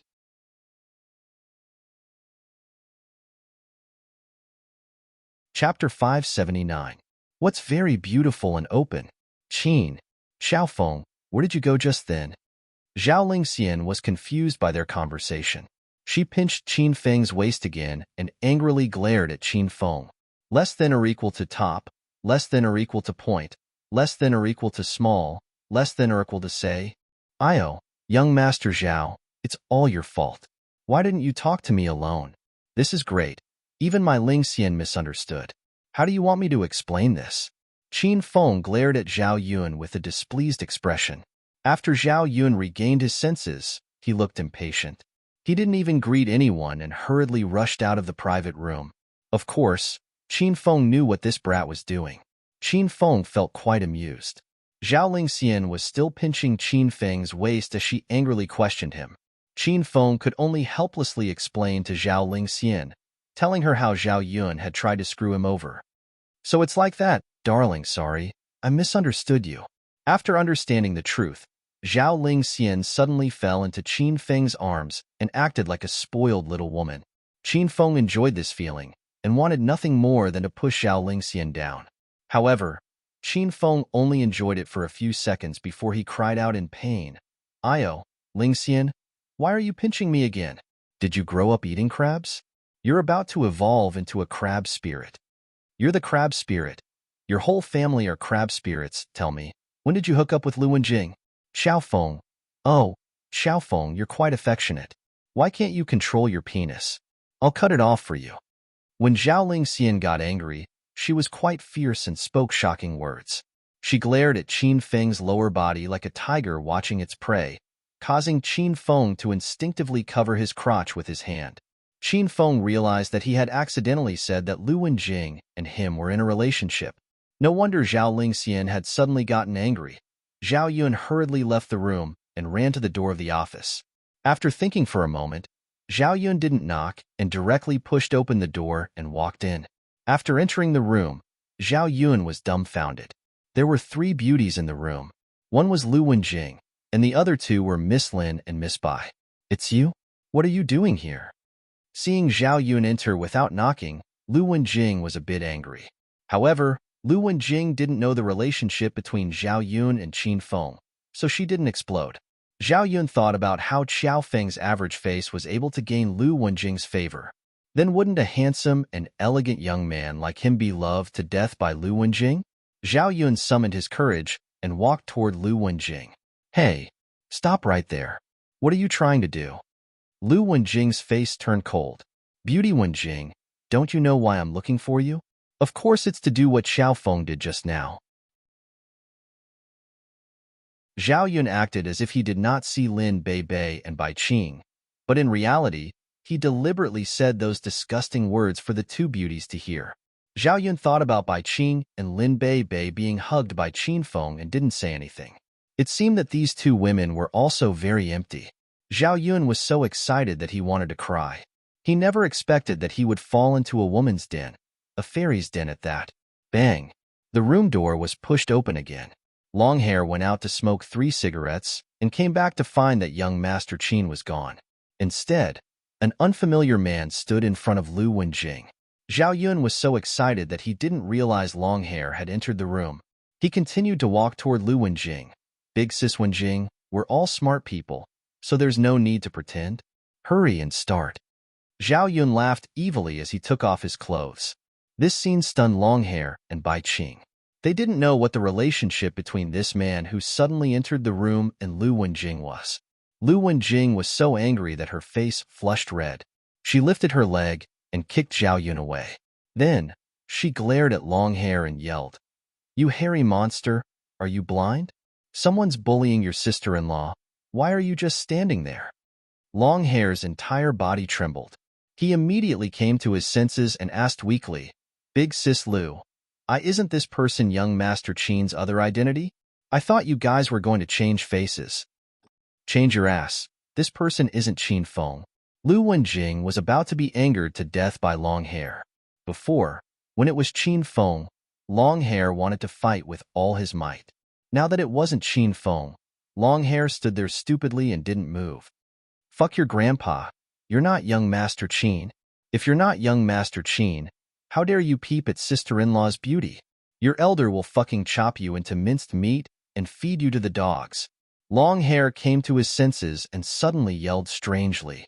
He jumped up and stomped on Zhao Yun. Zhao Yun's skin was soft and tender, and he had never done hard labor before. Now that he was stomped on by Longhair, he felt as if his intestines were about to be stomped out. It was so painful that he rolled around the room, begging for mercy and screaming. "You still dare to scream in pain? Hurry and shut your elder's mouth. You're screaming like a pig being slaughtered. You're so noisy." Longhair was very frightening when he was angry. He was like an awakened lion violently torturing an injured little sheep. Not only was he torturing people, Longhair didn't even let them scream. Zhao Yun was about to die of sullenness. Longhair beat Zhao Yun to his heart's content. First, he punched and kicked Zhao Yun. Then, as if he was hurting himself, he used the metal rod to whip Zhao Yun. Zhao Yun was in pain, but he didn't dare to scream. Every time he screamed, Longhair's attacks became more frenzied. Lin Bei trembled in fear at the savage seen in front of her. Bai Qing and Lu Wenjing were used to it. Plus, Zhao Yun wasn't a good person to begin with, so the two women didn't sympathize with him at all. Longhair was beating to his heart's content, but Qin Feng was a bit bored in the private room. Of course, Qin Feng knew that Zhao Yun wouldn't come back. He would definitely be crippled by Lu Wenjing or Longhair and thrown into the trash can at the back door of the bar. The reason why Qin Feng was still sitting in the private room was because he wanted to wait for Ma Chui to come back. Qin Feng was very curious about Ma Chui. "You Ling Xian, classmate Ma Chui just sent me a text. She actually left us behind and left by herself?" Gaomei suddenly stood up with an incredulous expression on her face. Ma Chui was the birthday girl tonight. How could she leave without saying anything? When the other students heard this, they were also confused. Qin Feng was stunned for a moment, but he quickly came back to his senses. With Ma Chui's mysterious identity, even Qin Feng couldn't get close to her. It was normal for a classmate like her to act strangely. Perhaps something happened at home, and she went back. "Ling Xian, since classmate Ma Chui left, let's go as well." Qin Feng held Zhao Ling Xian's hand. There was no need to stay here any longer. Zhao Ling Xian naturally treated Qin Feng as her leader. Wherever Qin Feng went, she would follow. Seeing that Xiao Feng and Zhao Lingxian had left, Gao Mei and Wang Yu hurriedly followed. Lingxian, wait for us. It's getting late, so we have to go back. The two girls weren't stupid. They had already realized that tonight's birthday party was just a cover. Zhao Yun and the other two boys had said that they were going to celebrate Ma Chui's birthday, but they hadn't paid any attention to Ma Chui the entire night. Evidently, they were up to no good. Luckily, they had coincidentally met Zhao Lingxian and Xiao Feng. Gao Mei and Wang Yu admired Xiao Feng's character even more. They didn't want to stay and be tricked by Zhao Yun, so they naturally followed Xiao Feng and Zhao Lingxian. Classmate Gao Mei, classmate Ma Yu, don't go yet. Young Master Zhao hasn't come back yet. How about we wait for him to come back and leave together? If Zhao Lingxian wanted to leave, Zhang Tao and Li Hu couldn't dissuade her. However, if Wang Yu and Gao Mei wanted to leave, how could the two boys be willing? If you want to wait, then go wait. Seeing that the three of you were kissing so passionately tonight, we'll leave you guys some private space. Don't follow us. It's disgusting. Gao Mei coldly glared at the two of them. Gao Mei and Wang Yu were a bit afraid of Zhao Yun's family, but they weren't afraid of Li Hu and Zhang Tao. Don't follow us, or else I won't be polite. Seeing that Zhang Tao and Wang Yu were still following them, Xiao Feng suddenly stopped and looked at them. The two of them suddenly stopped walking. They were still a bit afraid of Xiao Feng. They still had lingering fears after seeing Xiao Feng beat up Big Brother Lei. Let's go.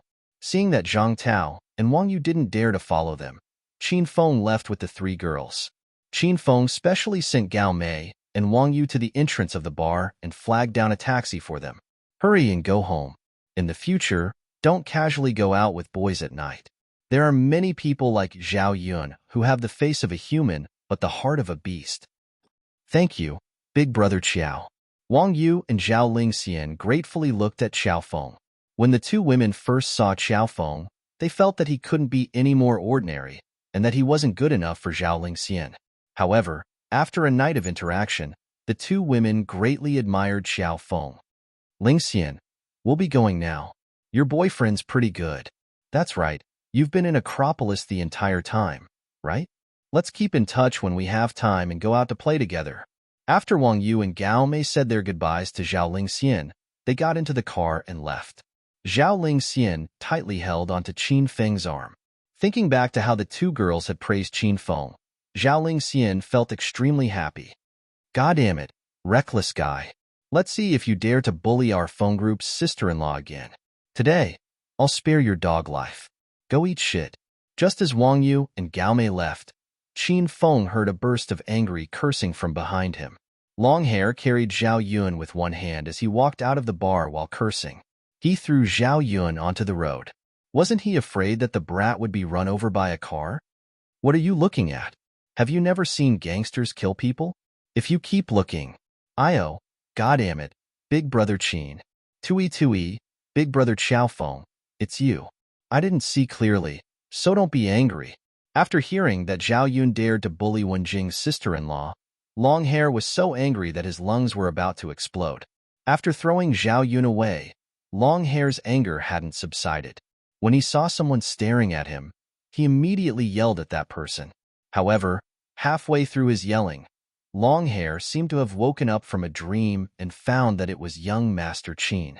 Seeing Longhair's antics, Xiao Feng was so angry that he laughed. He kicked Longhair's butt and cursed, "Piss off to the side. You're the happiest. When I have time, I'll teach you a lesson."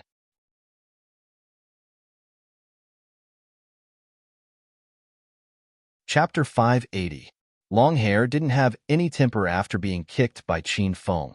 He turned and ran back into the bar. However, halfway there, a dozen or so muscular men suddenly rushed out of the bar. Each of them carried an empty beer bottle. In the blink of an eye, they surrounded Qin Feng and Zhao Lingxian. Damn you! You dared to kick Big Brother Longhair? Do you want to fucking die? Ever since I joined the phone group, your elder hasn't fought in a long time. Today, someone's finally blind and dared to offend the phone group. Your elder will kill you. The dozen or so hooligans were itching to attack Qin Feng. Longhair was so scared that his eyeballs almost popped out. He didn't wait for them to attack, and flew up to give them a fierce kick. Damn your ancestors, you bastards. Your elder likes being kicked by Big Brother Xiaofeng. It's my honor to have Big Brother Xiaofeng kick your elder. Why are you blindly boasting? Longhair used both his hands and feet and gave each of the hooligans a fierce slap on the head. The hooligans were dumbfounded and looked at Xiaofeng stupidly.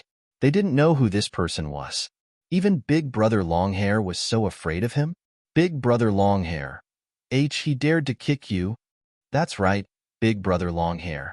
No matter who he is, I'm going to cripple him even if I have to risk my life. Cripple, cripple, cripple. If you keep blabbering, your elder will cripple you first. Hurry and scram back to the bar. This is infuriating. Without waiting for the hooligans to finish speaking, Longhair fiercely slapped their heads again. The dozen or so hooligans felt that they had grown a lot taller. They hurriedly held their heads in pain and ran back into the bar dejectedly. Seeing the group of stinking brats run away, Longhair let out a long sigh of relief. Then, he suddenly looked at Qin Feng as if he had just seen him. HM? Isn't this Big Brother Xiaofeng? Weren't you playing in the bar? Why did you run out? Aya, this fairy is sister-in-law, right? Hello, sister-in-law. I won't disturb Big Brother Xiaofeng and sister-in-law's good time. I'll be leaving first. Without waiting for Qin Feng to act, Longhair immediately disappeared. Just as he entered the bar, he wiped the cold sweat off his forehead. Qin Feng's mouth twitched as he watched Longhair's back. He thought to himself, why is this brat becoming more and more like me? Zhao Lingxian was amused by this clown and giggled. As she giggled, her full breasts rubbed against Qin Feng's arm, making him want to strip her naked and push her down on the streets. Xiaofeng. A woman's melodious voice suddenly came from behind him. Qin Feng and Zhao Lingxian simultaneously turned to look. A tall and beautiful woman with an abnormally sexy figure walked over wearing a tight white qipao. Yan Wushuang? Qin Feng didn't expect Yan Wushuang to be here. This meant he had to leave Acropolis City. Darling, who is this woman? When Zhao Lingxian saw Yan Wushuang, she immediately felt a sense of hostility. She fell into Qin Feng's arms and pretended to be very intimate with Qin Feng. However, she was secretly pinching Qin Feng's lower back. Qin Feng endured the pain and smiled awkwardly as he said, Lingxian, wait for me in the bar. I'll come find you guys in a bit. Xiaofeng. Zhao Lingxian pushed Qin Feng away and glared at him angrily. Go. If you go, don't come back to find me. Lingxian, it's not what you think. I have something important to discuss with Yan Wushuang. Qin Feng's expression became serious. Zhao Lingxian wasn't an unreasonable woman, so she quickly realized that the beautiful woman's identity wasn't ordinary. Zhao Lingxian was no longer angry. Instead, she looked at Qin Feng worriedly. Don't worry, she's my friend. Qin Feng smiled at Zhao Lingxian. Zhao Lingxian didn't want to delay Qin Feng's business, so she was escorted to the bar's office. After seeing Zhao Lingxian off, Qin Feng looked at Yan Wushuang with a slightly cold expression. You can see that I've changed my appearance? Logically speaking, Yan Wushuang didn't know Xiao Feng's current identity and appearance. However, she recognized Qin Feng, which made Qin Feng very confused. Your disguise technique is very powerful, so I didn't notice anything out of the ordinary. It's just that I investigated you before, and I know that Zhao Lingxian is one of your many women. Also, that long-hair guy in front of me only listens to young Master Qin in Acropolis City. Yan Wushuang's expression was cold, and it was impossible to tell whether she was happy or angry. Qin Feng let down his guard and smiled faintly. Let's go somewhere quiet to talk. Qin Feng brought Yan Wushuang to the luxurious room. After entering the room, Qin Feng leaned against the sofa and ate some fruit as he stared at Yan Wushuang's soft breasts and long legs under her white qipao. Believe it or not, I'll gouge out your eyeballs. Yan Wushuang couldn't stand Qin Feng anymore. Other men would at least hide their lustfulness, but Qin Feng would brazenly look at her body every time. The way he looked at her, as if he wanted to see through her, made Yan Wushuang very unhappy. Group leader Yan, you're really ungrateful. Not long ago, I helped you massage your breasts in Devil Beast Mountain and saved your life. Can I look at you now? Qin Feng didn't care about Yin Wushuang's threat. Now that he was a Stage 6 Inner Qi expert, he could fight against a Stage 8 Inner Qi expert. Yin Wushuang was only a Stage 7 Inner Qi expert, so Qin Feng wasn't afraid of her. Yin Wushuang was so angry that her chest heaved up and down when she saw Qin Feng's frivolous behavior, but there was nothing she could do. Yin Wushuang was a 1 in a million cultivation genius. She reached Stage 7 Inner Qi at such a young age, and she cultivated a black-tier cultivation method. She wouldn't even be afraid of a Stage 8 Inner Qi expert. However, Yin Wushuang mistook Qin Feng for a Stage 9 Inner Qi expert, so she couldn't do anything to him. If Qin Feng knew Yin Wushuang's true strength, he would definitely put away his perverted gaze and sit in front of her with a serious face. Qin Feng didn't expect that the temporary increase in strength from the killer book would make Yin Wushuang afraid of him. Qin Feng, be serious. I'm here to talk to you about serious business. The Dragon Sect's higher-ups have passed a vote and have come to a conclusion regarding the matter of you crippling the southeastern tiger, Qi Wanjun. Yin Wushuang's tone softened a little.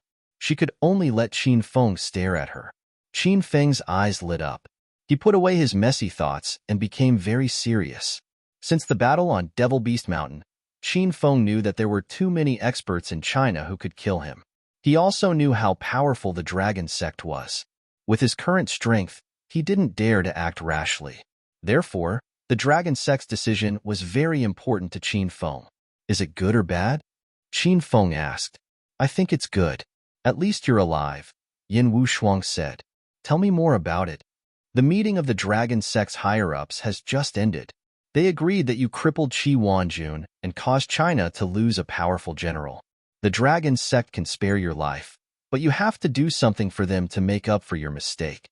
Yin Wushuang's words were simple, but Qin Feng knew it wasn't that simple.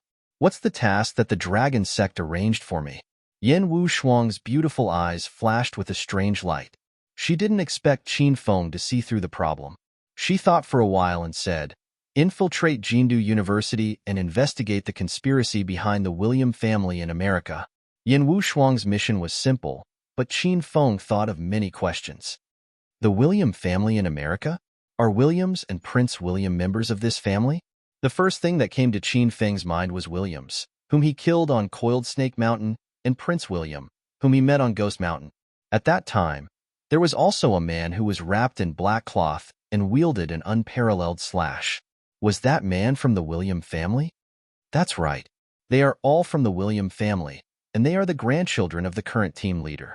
I also know that you killed Williams, Yin Wushuang said calmly, as if she had really found out all the information about Qin Feng.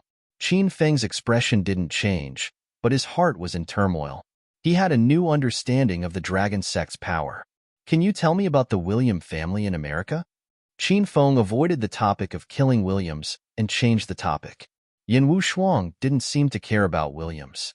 She said, the William family in America is the largest superpower family in America. The current leader, William Hagen, is the supreme commander of the Iron Blood Legion. The Iron Blood Legion is as important and secretive in America as the Dragon Sect in China. The only difference is that the Dragon Sect is filled with powerful martial artists, while the Iron Blood Legion has trained a group of superpower users with special abilities. The more Qin Feng listened, the more shocked he became. He didn't expect that he had offended such a powerful force. Qin Feng had fought with Williams and Prince William before. One of them was a strength superpower user, and the other was an ice superpower user. Qin Feng had almost lost his life in both battles. However, they were just young superpower users, so their superpowers must be of a lower level.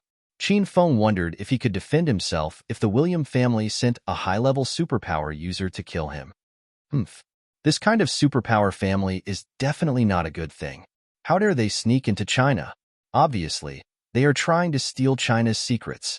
In my opinion, this kind of dangerous bad guys should be eliminated immediately. The Dragon Sect has so many experts, so why don't we just kill them? Qin Feng said to Yin Wushuang angrily. Yin Wushuang rolled her eyes and said snappily, Qin Feng, I know what you're thinking. You're afraid that the William family will send experts to kill you. Don't even think about it. The Dragon Gate won't stand out to stop the William family because the Dragon Gate and the William family represent the secret organizations of two nations. If they really fight, it will be a war between nations. Do you think that's realistic? Seeing that Yin Wu Shuang had seen through his thoughts, Qin Feng curled his lips and said nothing. Yin Wu Shuang continued, "That's why the Dragon Sect sent you to sneak into Provincial Capital University and investigate the William family's purpose of secretly sneaking into China." Qin Feng did not think too much about the William family's strength before. Now that everything was clear, Qin Feng gnashed his teeth in anger. The higher-ups of the Dragon Sect were really not good people. It seemed like they had spared his life, but in reality, they had pushed him into another big fire pit. No one in the Dragon Sect would want to do such a difficult mission. Therefore, they threw it at him. What was the difference between this and killing him? "Why aren't you talking?" Yin Wu Shuang asked when she saw Qin Feng's sullen face. Qin Feng glared at Yin Wu Shuang and said, "What are you talking about? I'm about to die in the mission. How can I be in the mood to talk?" Yin Wu Shuang was a smart person. Naturally, she knew what Qin Feng was thinking. Looking at Qin Feng's frowning face, Yin Wu Shuang suddenly said, "This time, you are not fighting alone. You have a partner." Qin Feng's eyes lit up. Suddenly, a glimmer of hope appeared in his heart. "What partner? Is it a woman? Is she pretty? Is her chest as big as yours?"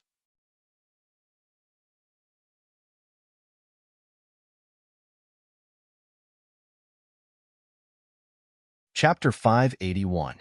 Bang! Yin Wu Shuang couldn't bear it anymore. She slammed her palm on the tea table, shattering it into pieces. "Qin Feng, you. Shut up. If you don't want me to be your partner, I'll apply to cancel my quota right now. You can go and complete that stupid mission yourself." Yin Wu Shuang stood up straight, revealing her perfect figure in front of Qin Feng. Qin Feng looked at Yin Wu Shuang's chest a few times and suddenly said, "Team Leader Yin, even you said this is a stupid mission. That means almost no one in the Dragon Sect is willing to accept this mission. As the team leader of the Huang team, you should have a high position. Why are you assigned to this mission?" Just a second ago, Qin Feng was muttering about the size of her breasts. Now, he was talking about profound things with a serious face. Yin Wu Shuang was almost broken by Qin Feng's teasing. "I asked to join the team myself." Yin Wu Shuang's beautiful eyes glowed as she said indifferently. Qin Feng's eyes glinted. He looked at Yin Wu Shuang from head to toe. After a while, Qin Feng said seriously, "All right, I accept this mission from the Dragon Sect." Yin Wu Shuang heaved a sigh of relief when Qin Feng agreed. She didn't tell Qin Feng that if he didn't accept the mission, she would capture him and bring him back to the Dragon Sect to convict him. As long as Qin Feng went to the Dragon Sect, Yin Wu Shuang believed that he would most likely die. Yin Wu Shuang didn't want things to develop to that point. After all, Qin Feng and Yin Wu Shuang were friends. In order to let Qin Feng accept the mission, she took the initiative to apply to be Qin Feng's partner. Now, it seemed that Yin Wu Shuang's actions were not in vain. "So I'm a member of the Dragon Sect now? What's my title?"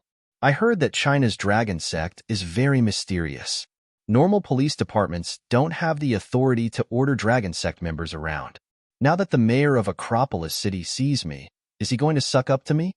Before Qin Feng could be serious for a minute, his expression became frivolous again, and his mouth was full of nonsense. Yin Wu Shuang was infuriated by Qin Feng.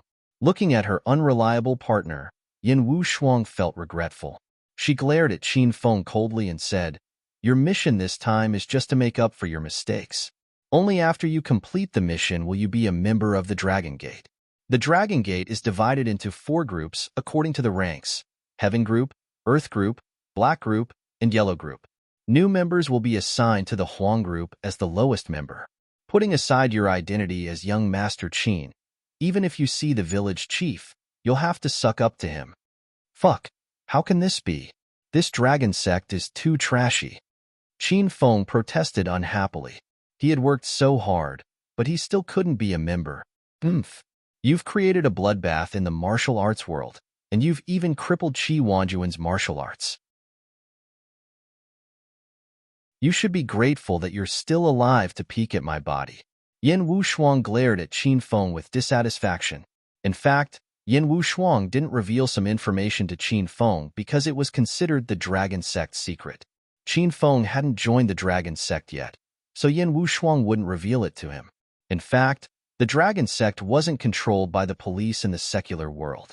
Similarly, the dragon sect wouldn't control the police in the secular world. The main purpose of the dragon sect was to coordinate the relationship between the secular world and the martial arts world. They usually interfered with the affairs of the martial arts world. Qin Feng was silent for a while, but he didn't say anything.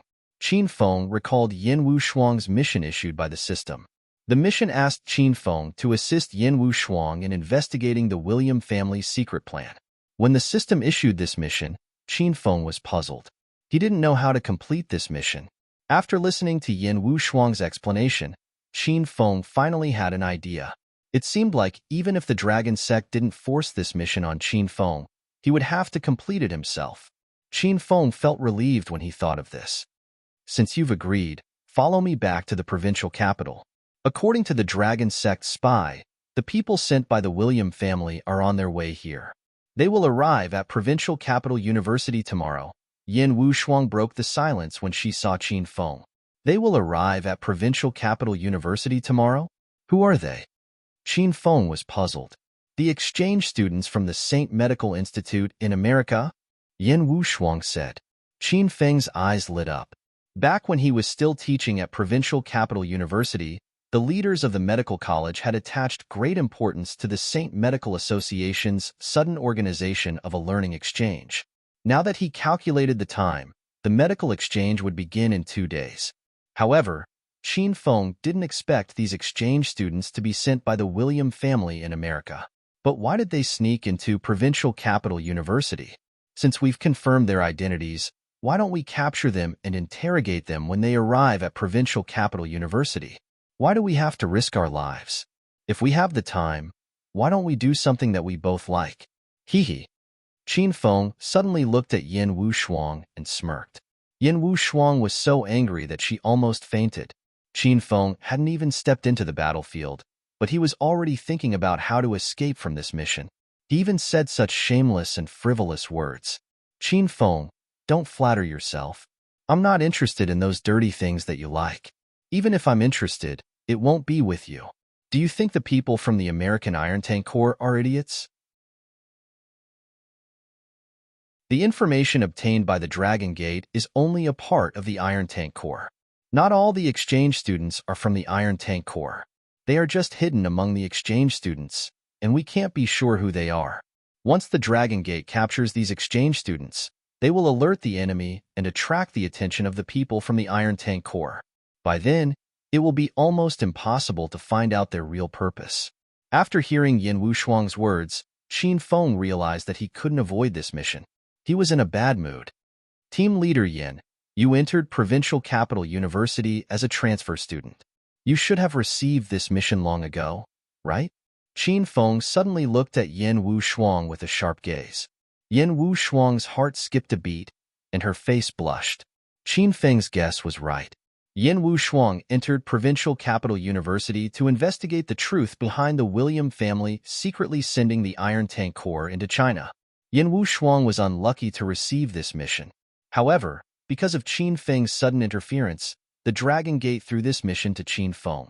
Yin Wushuang felt a little guilty, so she took the initiative to ask to be Qin Feng's partner. Of course, Yin Wushuang had accepted this mission long ago. Since Williams came to China, Yin Wushuang had been investigating this matter. Besides, there was one thing that Yin Wushuang didn't tell Qin Feng. She was married to the William family in the United States by the Dragon Gate. They were going to infiltrate the enemy's cave to investigate. Yin Wushuang's marriage partner was Williams. In the end, Qin Feng killed Williams, and the marriage failed. In this case, Qin Feng was the murderer who killed Yin Wushuang's fiancée. Yin Wushuang felt a little embarrassed now that Qin Feng had seen through her. However, she did not do anything wrong to Qin Feng. Instead, she chose to help Qin Feng at the critical moment. You're right. Yin Wushuang wanted to say something, but Qin Feng waved his hand and interrupted her. Team Leader Yin, I'm going to enter Provincial Capital University as Qiao Feng. I need you to help me find another position. Yin Wushuang couldn't keep up with Qin Feng's thoughts. She was used to it. She calmed down quickly and asked, "What position do you want?" Xiao Feng, the Chinese medicine lecturer of Medical College Class 1, Qin Feng and Yin Wushuang chatted for a while. After they came to an agreement, they walked out of the private room side by side. Yin Wushuang stopped outside the bar and said, "Go and say goodbye to your friend. I'll wait for you here." Qin Feng looked at Yin Wushuang gratefully and nodded. Then, he turned around and walked into the office. Qin Feng pushed the door open and realized something was wrong. There was no one in the office. "Hey, where are Longhair and Lu Wenjing? Also, why are you in such a hurry with your machete?" Qin Feng exited the room and saw a brawny man running out with a machete. He looked like he was in a hurry to catch Qin Feng in the act. "Bastard, get out of my way. I'm busy." The brawny man seemed to have an important matter to deal with. He didn't have time to deal with Qin Feng. However, he inadvertently raised his head and glanced at Qin Feng. He was so scared that he stopped. This brawny man was one of the hooligans who saw Qin Feng kick Longhair at the entrance of the bar and wanted to beat Qin Feng up. He saw that Longhair was very respectful to the man in front of him, so he didn't dare to offend Qin Feng. "Be big brother, someone came to Fei Tian Bar to cause trouble." The members of the Feng group and sister-in-law Lu went to the entrance to fight. "I'm going to help them now." The brawny man was so nervous that he couldn't speak clearly, but he spoke quickly. Qin Feng raised his eyebrows. He couldn't think of anyone who would dare to cause trouble for the Feng group at this time. He hurriedly asked, "Who came to cause trouble for the Feng group?" "Fuck, it's people from the big and small families in Acropolis City. When our Feng group's young Master Qin was here, those bastards came every day to lick young Master Qin's feet and curry favor with him. Now that they know young Master Qin died, they immediately turn their backs on us and want to wipe out our Feng group? Pa, I'll show them that no one in the Feng group is easy to mess with." The brawny man's face was full of anger. Qin Feng felt a bit moved when he saw this. Ever since Qin Feng formed the Feng group, he threw it to Longhair and Lu Wenjing to manage. It could be said that Qin Feng didn't manage the Feng group at all. Now that they were facing a great enemy, the Feng group was united like a family. Qin Feng knew that this was all thanks to Longhair and Lu Wenjing. It seemed that they managed the Feng group very well. P.S. Today, tomorrow, and the day after tomorrow, I'll add a chapter every night at 7 p.m. Thank you everyone for your support.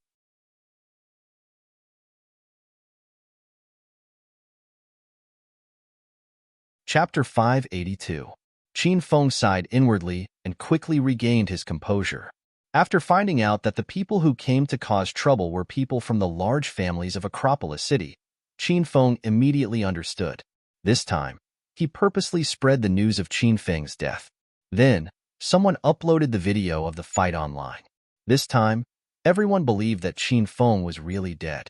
Thus, these people from the large families became arrogant again and wanted to annex the Qin family's territory and power in Acropolis City. Humph, what a bunch of stinking bugs.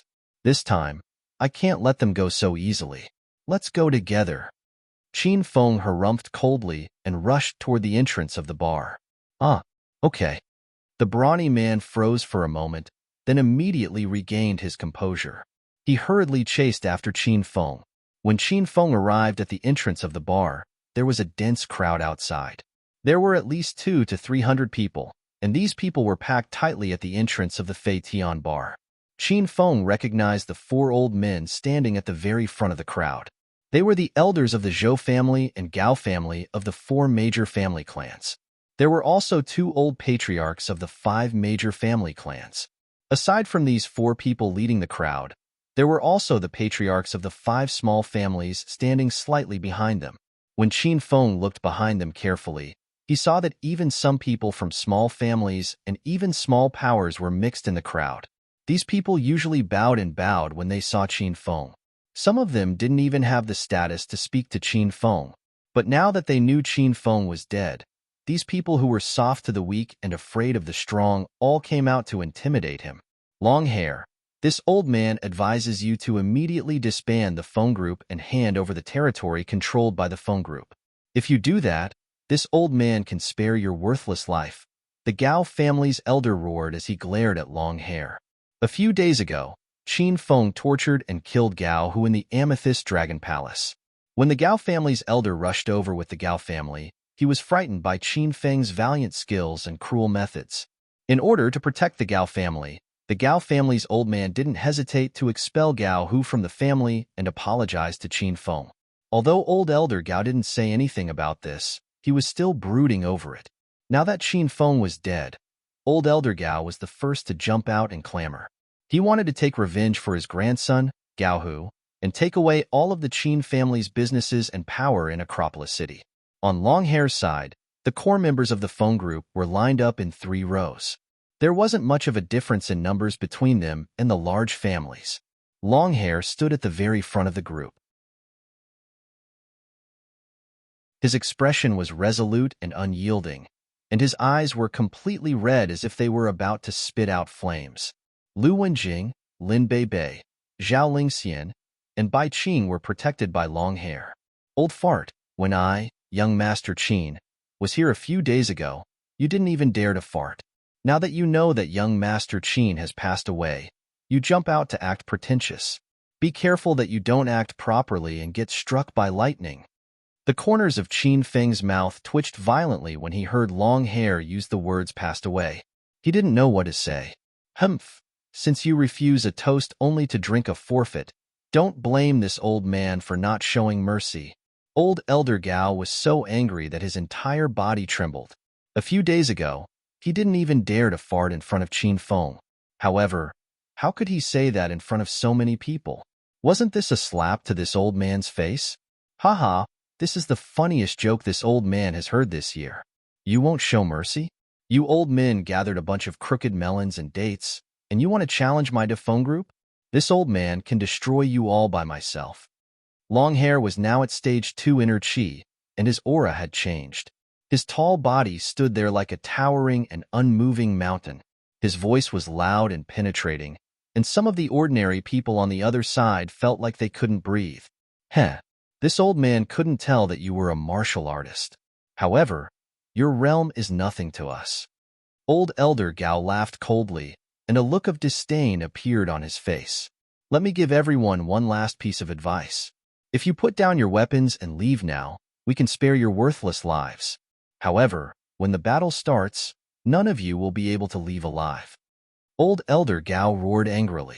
As if to cater to his roar, 3 black figures suddenly leaped up from behind him and landed in front of the 4 old patriarchs in the next second. The 3 of them were dressed in black and even had masks on their faces. Looking at their attire, it seemed like they were really here to start a massacre. When Long Hair saw the 3 of them, his expression immediately became serious. Even he couldn't tell their strength, but he could feel the powerful aura that they emitted. It was obvious that they were much more powerful than him. Qin Feng stood in the distance, and his gaze fell on the 3 of them. He quickly discovered that one of them was at stage 4 inner chi, and the other 2 were only at stage 3 inner chi. A few days ago, Qin Feng caused havoc in Acropolis City and sent Yunzhe to oppress the forces of the 4 big families and 5 small families. The experts of these families were either tortured by Yunzhe or killed by Qin Feng. Now, they were still able to produce 3 martial artists with decent strength. It was obvious that they were their last resort. 3 months ago, Stage 4 inner chi experts were existences that Qin Feng had to hide from and look up to. 3 months later, Qin Feng could eliminate a group of Stage 4 inner chi martial artists with just a lift of his hand. The earth-shattering changes made Qin Feng sigh with emotion. The 2 sides were in a deadlock for 5 minutes. None of the members of the Feng group who stood in front of the door ran away. They were all ordinary hooligans, so they could naturally feel the pressure from the 3 men in black. Some of them even felt the aura of death. However, no one was afraid. Instead, they became even more furious. The unity and passion of the Feng group deeply moved Qin Feng. However, Qin Feng knew that these people were no match for the other party. Even if Long Hair had broken through to stage 2 inner chi, Lu Wenjing and the other 3 women were all stage 1 inner chi, they still couldn't withstand the other party's attack. The difference between the 2 sides was too great. Even if the stage 4 inner chi expert attacked alone, He could destroy half of Longhair's force. Oomph. You're all a bunch of boorish and stupid people. Go, teach them a lesson and let them know who rules Acropolis City now. Elder Gao's patience was limited, so he suddenly ordered. The 200 or so people from the large family clans didn't move. Only the 3 men in black leaped into the air, pulled out the long swords from their waists, and slashed at Longhair and the others. Longhair clenched his fists. His eyes were bloodshot, and he was ready to punch at any time. The 4 women behind him knitted their eyebrows. They looked nervous and angry. They also got into a fighting stance. Wait. A battle was about to break out, but at this time, an abrupt voice rang out from the crowd. Wait. As soon as Qiao Feng's voice fell, Elder Gao's voice rang out again. The 3 martial artists quickly retreated and glared fiercely at Longhair and the members of the phone group. Qiao Feng's face was full of smiles. He quickly jogged to the opposite side of the camp, stopped in front of Elder Gao, and said, Greetings, Elder Gao. Elder Gao glared at Xiao Feng and said coldly, Are you a member of the phone group? Yes, Elder Gao. Then why did you suddenly come to our camp? Elder, I've thought it through. Young Master Qin passed away. This time, the phone group will definitely perish. I won't throw my life away like those idiots, so I came to rely on Elder Gao. I hope Elder Gao can accept me. Xiao Feng looked at Elder Gao with a fawning expression. A cold light flashed across Elder Gao's face. He suddenly threw his head back and laughed. Ha! Good, good, good. You have a good mind. Unlike those idiots. Don't worry. As long as you sincerely surrender and follow the Gao family will take you to show off and fly. Hiss. Xiao Feng's change was too sudden. The people of the phone group couldn't react in time. Everyone took a deep breath. They were about to faint from Qiao Feng's betrayal. Motherfucker, you dare to betray the phone group? When the fight starts, I'll cut you down first. That's right, that's right. Brothers of the phone group, listen up. In a bit, we'll eliminate that traitorous stinking brat first. He's too embarrassing. Motherfucker, so you're a traitor. To think I called you Big Brother earlier. Tui. The brawny man who was stopped by Qin Feng was so angry that his neck turned red. He spat on the ground. The entire phone group cursed Qin Feng's 18 generations of ancestors. Only Longhair and the 4 women looked at Xiao Feng as if they were senile. They didn't know what to say. Young Master Qin wanted to betray them? He voluntarily surrendered to the enemy? What kind of a world was this? No, this must be a trap set by young Master Qin to purposely confuse the enemy. Young Master Qin was full of evil tricks and loved to do those treacherous things. After being shocked for a while, Longhair and the 4 women realized that Qin Feng wasn't afraid of the power of these families. Just a few days ago, Qin Feng had tyrannized these people. After thinking for a while, the 5 of them seemed to understand that Qin Feng probably didn't want to expose his identity. He had his own plans for doing this. Because of Qin Feng's sudden intervention, Longhair didn't dare to speak carelessly. He was deeply afraid that if he delayed young Master Qin's plans, young Master Qin would definitely skin him alive and pull out his tendons. For a moment, both sides fell into a deadlock. Elder Gao, that bastard Qin Feng harmed you so badly. I feel that just teaching these people a lesson isn't enough to vent your hatred, Qin Feng muttered beside Elder Gao. Then do you have a better idea? Elder Gao's old eyes were deep as he looked at Qin Feng. If you ask me, why don't we first capture a few women and humiliate them? I heard that brat Qin Feng took in a few exquisite beauties. He actually dared to bully your families, stand on your heads and defecate and pee. He scared you so much that you didn't even dare to fart. In the end, you have to apologize to him, give him gifts and money, and even marry off unmarried women between the ages of 18 and 28 to Qin Feng. Qin Feng's words were fine, but the more Elder Gao listened, the more he felt that something was wrong. He was so angry that his face turned cold, and he growled, Ahem. Don't go too far. Say something reliable. Okay. Elder Gao, don't be angry. I'm just fighting for you guys. That's right. Where was I? Qin Feng asked seriously.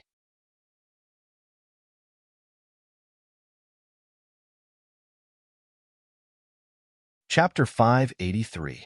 You just said that Qin Feng is forcing us to marry unmarried women between the ages of 18 and 28.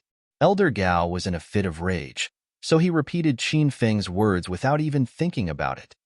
Right, right, right. How shameless is Qin Feng to make such a rude request? He wants to force himself on your daughters and granddaughters. Ahem, that's not it. I asked you to tell me how to deal with the Feng group. If you dare to spout nonsense again, I'll kill you first. Elder Gao was so angry that he blew his beard and glared at Qin Feng. When Long Hair heard Qin Feng's words, he laughed so hard that tears came out of his eyes.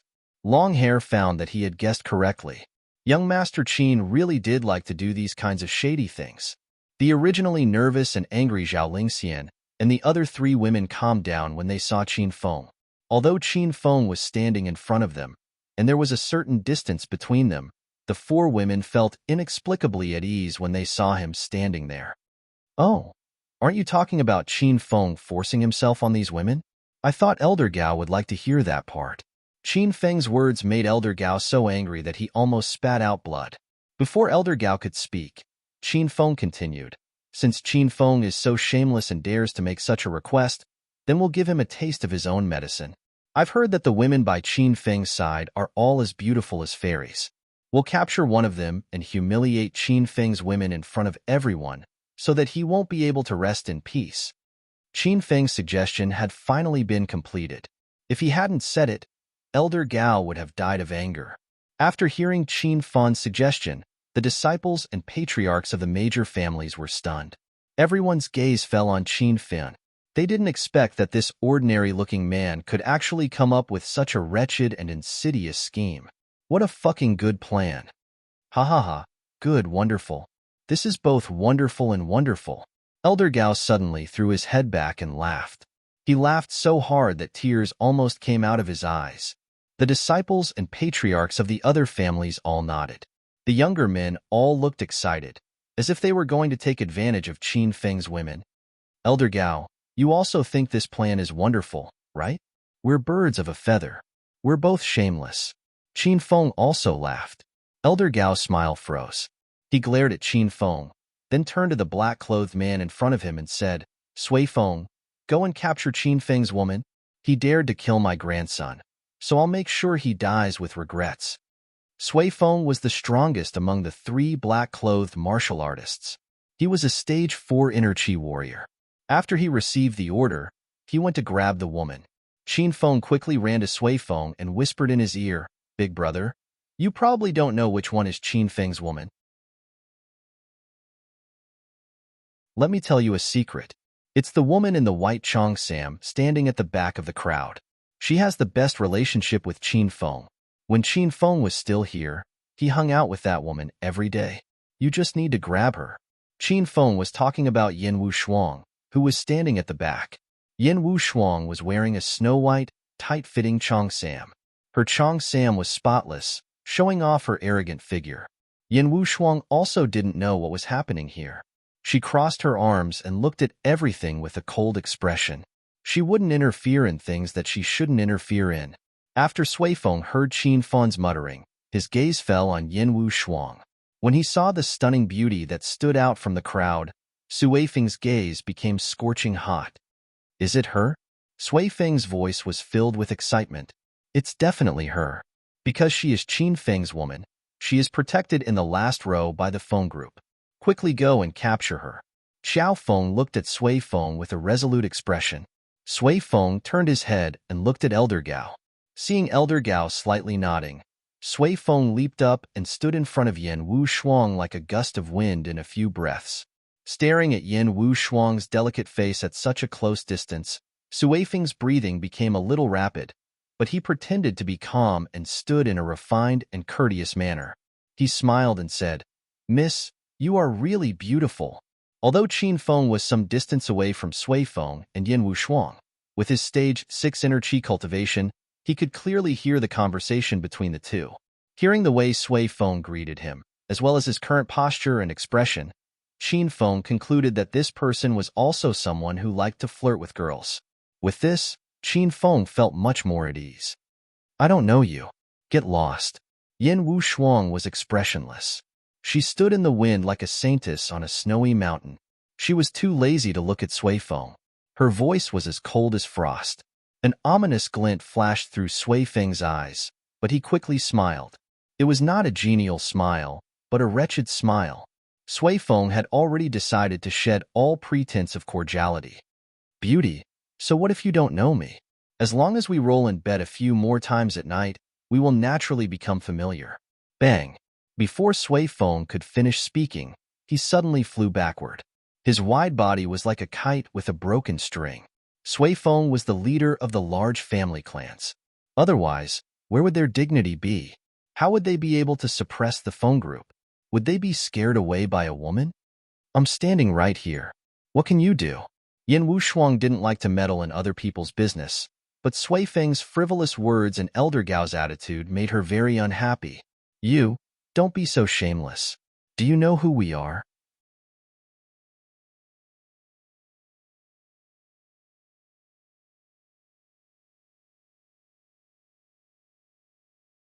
Chapter 584. She's a member of the Dragon Sect. Qin Feng's words were spoken casually, but the four elders and the family disciples were so scared that they almost had a heart attack. She's a member of the Dragon Sect? She's a member of the Dragon Sect. The Dragon Gate was the most mysterious and special high-end organization in China. Many people had only heard of the legend of the Dragon Gate, but they didn't know if the Dragon Gate really existed in China. However, the family disciples standing here had more or less seen some of the world and had come into contact with some information of the more high-end and upper-class society. Most of them knew about the Dragon Gate and knew that the Dragon Gate in China was not a legend, but a real organization. There were too many legendary figures in this organization, and they were not under the control of the ordinary police. They only listened to the orders of the Dragon Sect's sect master. There were no ordinary people in the Dragon Sect, and the Dragon Sect did not do ordinary things. They mostly dealt with the sects outside of the martial arts world and maintained the peaceful development of the martial arts world and the secular world. To the ordinary families in Acropolis City, the Dragon Sect was too far away. When they saw the cold Yin Wushuang standing in front of them and heard Xiao Feng pointing at Yin Wushuang and shouting, "She's a member of the Dragon Sect," they felt like they were dreaming. Yes, this must be a dream.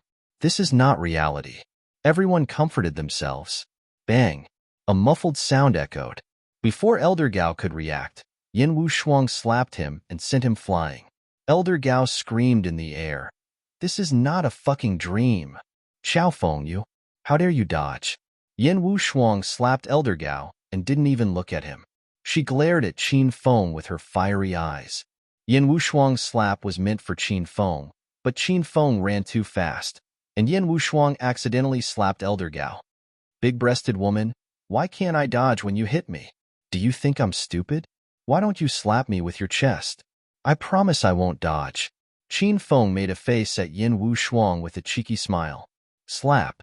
Yin Wushuang was so angry that one of the buttons on her Chong Sam flew off, and her ample bosom was about to be exposed. Xiao Feng, I won't kill you today. Believe me. No matter how stupid Yin Wushuang was, she finally understood that Qin Feng was using her as a tool. Shouldn't your attitude be better when you're using someone else as a tool? How dare you say such shameless and vulgar words in public? Bang! All of a sudden, a loud noise came from Yin Wushuang's body as if something had exploded. Her beautiful hair that was tied up in a bun on top of her head fluttered even though there was no wind. Her beautiful eyes were bloodshot, and she looked as scary as a white-haired witch. Rumble. Yin Wushuang suddenly flashed and appeared beside Qin Feng in the next second. She punched Qin Feng, and the elder of the Zhou family, Zhou Ming, screamed in pain as he was sent flying. Yin Wushuang acted as if she was possessed. She didn't care whether she had hit the wrong person or not. She didn't stop and continued to chase Qin Feng into the encirclement of more than 200 disciples. Bang, bang, bang, bang. Ah! Yin Wushuang's jade-like hands clenched into fists. Then, her jade-like hands clenched into palms, and her palms clenched into acupoint sealing hands. She was too powerful, but Qin Feng couldn't experience it himself, because all he could see were the injured disciples. Qin Fan was running happily in front of Yin Wushuang. He even had the time to look back and make a face at Yin Wushuang. Old witch, I can't catch up with you. Xiao Feng, you're courting death. Yin Wushuang was so angry that she sped up again, and her attacks became fiercer. However, it wasn't Qin Feng who was unlucky, but the muddle-headed disciples. They didn't even have a chance to react before they were suddenly sent flying into the sky. A strong wind blew, and dust flew everywhere. The battlefield was filled with screams and screams, but they couldn't see what was going on inside. Long Hair, Zhao Lingxian, and the other two beauties were stunned. They could feel the powerful aura erupting from Yin Wushuang's body. This woman was too powerful, and they couldn't catch up to her. They could only pray in their hearts that Qin Feng would be fine. Stop. Heroine, please stop. The family heads came back to their senses, and the first thing they did was to beg for mercy from Yin Wushuang. It was as if Yin Wushuang was possessed. She couldn't hear the cries of these people at all. She was still chasing after Qin Feng and beating him up. Seeing that she couldn't hurt Qin Feng even after so long, Yin Wushuang reached into her Cheongsam and grabbed 3 sharp flying daggers. Before the flying daggers could reach Qin Feng, Yin Wushuang hastily put them back. Yin Wushuang was the purple-haired woman who wanted to frame Qin Feng by the Lotus Lake. She was also the woman who helped Qin Feng deal with the Golden Assassin crew during the opening of Cloud City Hua Manor Phase 2 and delayed Qin Feng's breakthrough. She was also the woman who smashed Qin Feng's black BMW not long ago in Hepping Town. Yin Wushuang had 2 identities. One was Yin Wushuang, the leader of the Dragon Sex Huang group, and the other was the ruthless woman with short purple hair and black skin-tight leather clothes who had been secretly investigating Qin Feng. Qin Feng didn't know that Yin Wushuang's fate was entangled with him from the moment he killed Williams on Coiled Snake Mountain. Yin Wushuang still had many secrets that she hadn't told Qin Feng. Therefore, she kept her deadly flying daggers. She didn't want to expose herself yet. Thud. Yin Wushuang suddenly landed on the ground. When the dust settled, Yin Wushuang's Cheongsam, which was as white as snow, was spotless. She looked like an ice goddess standing on a lotus. Her expression was cold and arrogant. Because she was too angry, her pretty face was flushed. Everyone was mesmerized by her beauty. Heroine, please spare our lives. Please spare our lives. Seeing that Yin Wushuang had finally stopped, the patriarchs of the major family clans hurriedly came forward to apologize. Some of the more timid disciples were so scared that they knelt on the ground. Heroine, we were in the wrong just now. We shouldn't have offended you. Please be magnanimous and forgive us. Can you let us go? Heroine, please spare our lives. Yin Wushuang stood in the middle of the crowd and glanced at them coldly. She said calmly, I don't know you, and I didn't attack you. Get out of here now. Yin Wushuang's words almost made the patriarchs of the major family clans faint from anger. Just now, you slapped and kicked violently and injured more than 100 of the 200 disciples. Now, you're saying that I didn't attack you? How could you be so shameless? You're pretty, but why are you so thick-skinned? Although these people were very dissatisfied, they didn't dare to show it. Tonight, they had a bad start and offended the dragon sect. How could the major family clans still have the mood to dominate the phone group? They were so scared that they turned around and ran for their lives. Seeing that the major family clans wanted to run away, Long Hair immediately led his men to chase after them. Qin Feng glanced at Long Hair, and Long Hair immediately stopped and didn't dare to move. Yin Wushuang stood rooted to the ground for a long time. The thought of killing Qin Feng slowly dissipated. Qin Feng chuckled and ran to Yin Wushuang's side. Before Yin Wushuang could do anything, he took off his suit jacket and draped it over Yin Wushuang's body, covering her breasts. Team Leader Yin, Acropolis City is very windy at night. Don't freeze your chest. Yin Wushuang's body trembled slightly. She smelled the familiar masculine scent on his clothes, and her heartbeat quickened. She was afraid that Qin Feng would see this embarrassing scene, so she didn't even look at him. She leaped up and disappeared from where she was standing. After a while, Yin Wushuang's bone-chilling voice came from mid-air. Xiao Feng, you're going to die if you don't leave. Looking at the direction in which Yin Wushuang had disappeared, Qin Feng smiled. He had not been very kind tonight. He had used Yin Wu Shuang and made her so angry that the buttons on her chest popped out. Qin Feng was not in a hurry to leave. Instead, he walked to Longhair and the other women. Big brother Longhair. Qin Feng had just arrived, and the core members of the Feng group looked as if they were facing a great enemy. They looked like they were ready to fight Qin Feng at any time. Longhair turned around and yelled angrily, "Quiet! If anyone dares to say another word, I'll kick him to death." The Feng group suddenly became so quiet that the sound of a pin dropping could be heard. Qin Feng smiled at the four beauties and said, "I'm going to the capital. Don't always quarrel in the future. We're all good sisters, and we should help each other. If there's nothing else, cultivate more. If anyone dares to bully you, come find me at any time." Qin Feng's words made the four beauties' eyes wet. Seeing this, Qin Feng didn't dare to speak anymore. He turned to Longhair and said with an icy expression, "First, help the four sisters-in-law settle down. Don't let anything happen to them. Then, take some people to visit the families that just came and teach them a lesson." Longhair wanted to chase after them and beat them up, but Qin Feng stopped him. Now, Longhair understood that young Master Qin was worried about the sisters-in-law's safety. Longhair immediately cupped his fists and said, "Don't worry, big brother Qiao. I'll arrange it now." Qin Feng nodded at Longhair and looked at the four women reluctantly. Without saying anything, he leaped and disappeared in midair. After a while, Qin Feng's voice came. "I'll miss you all. Mr. Qin, I just received news that many families in Acropolis City have joined forces to suppress Qin Manor." In the capital's Qin Manor, Uncle Fu stood to one side and Qin Huang, who was wearing a black tang suit, sat in front of him in a tea room. Qin Huang took a sip of tea and slowly stood up. His deep eyes shone brightly. "What's the result?" Young Master Qin used the leader of the Dragon Gates Huang group, Yin Wu Shuang, to repel them, said Uncle Fu. Qin Huang's stern expression relaxed and a comfortable smile appeared on his face. This brat always likes to play these little tricks. He even dared to scheme against Huang Group's leader, Yin Wu Shuang. When he joins the Dragon Gate, he'll suffer. "I don't think so." Uncle Fu wanted to say something but stopped. "Brother Yuan Fu, if you have something to say, just say it.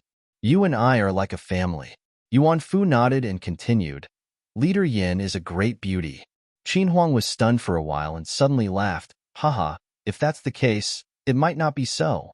This brat Qin Feng doesn't have any other skills, but his flirting skills are beyond my reach." Yuan Fu, who was always serious, couldn't help but twitch his mouth.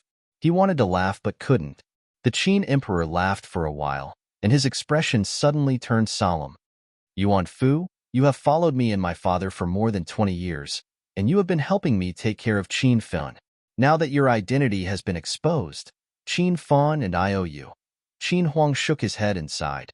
Yuan Fu suddenly cupped his fists and said solemnly, "Mr. Qin, if young Master Qin's mother didn't save my life, I wouldn't be here today. Since my identity has been exposed, I'm willing to return to the Five Tigers and take Qi Wanjuan's spot." Qin Huang looked at Yuan Fu with a passionate gaze and sighed after a while. "Since you've made up your mind, let's do it this way. When Qin Feng becomes stronger, he'll take care of us and protect us when we're old." Qin Huang and Uncle Fu looked at each other and smiled. They didn't need to say many things, but they both knew what was going on. Uncle Fu was willing to return to the Five Tigers to make up for the loss caused by Qin Feng crippling Qi Wanjun, so that the Chinese Dragon Gate wouldn't kill Qin Feng. At the same time, Acropolis City was in turmoil. Once Uncle Fu's identity was exposed, who would dare to offend Acropolis City's Qin Manor?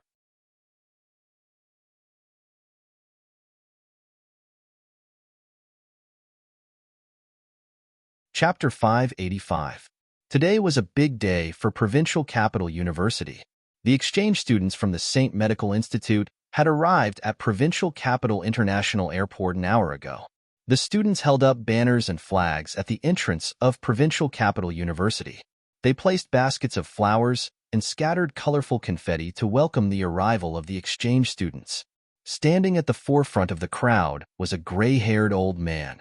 The old man was dressed in a gray tang suit, and he was in high spirits. A pair of deep old eyes flickered as he stared at the opposite street.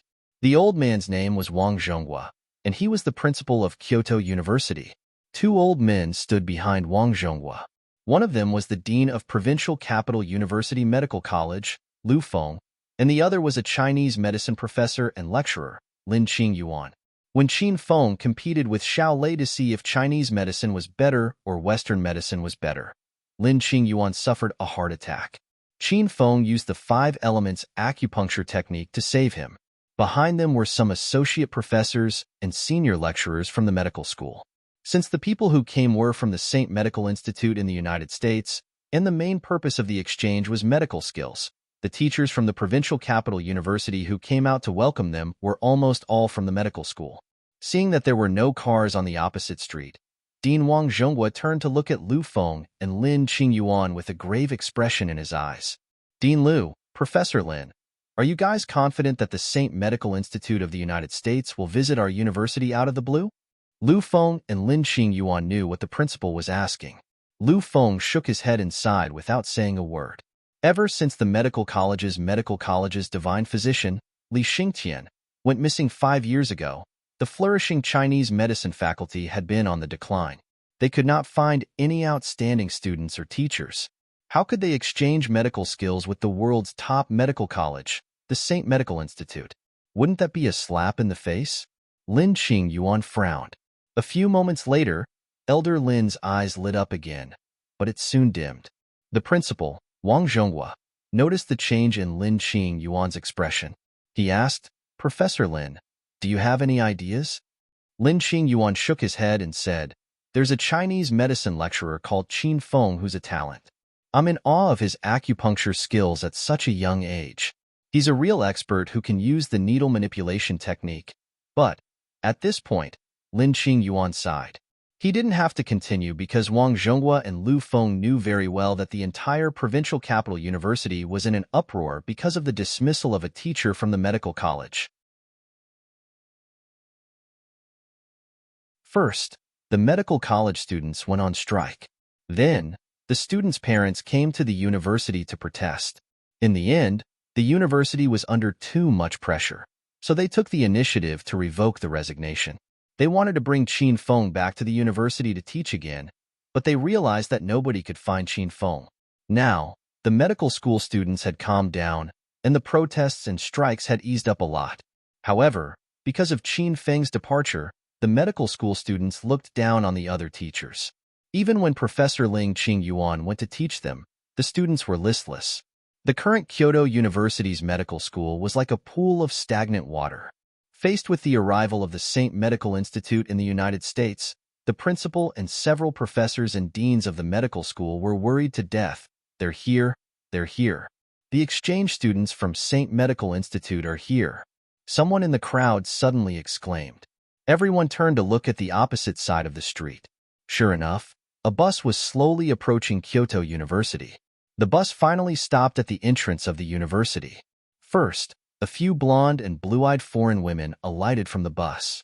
Based on their age and attire, they should be the secretaries and assistants of the exchange students. After the long-legged beauties alighted from the bus, they lined up on both sides of the bus door. They held their folders in their hands and waited quietly for the important person to alight.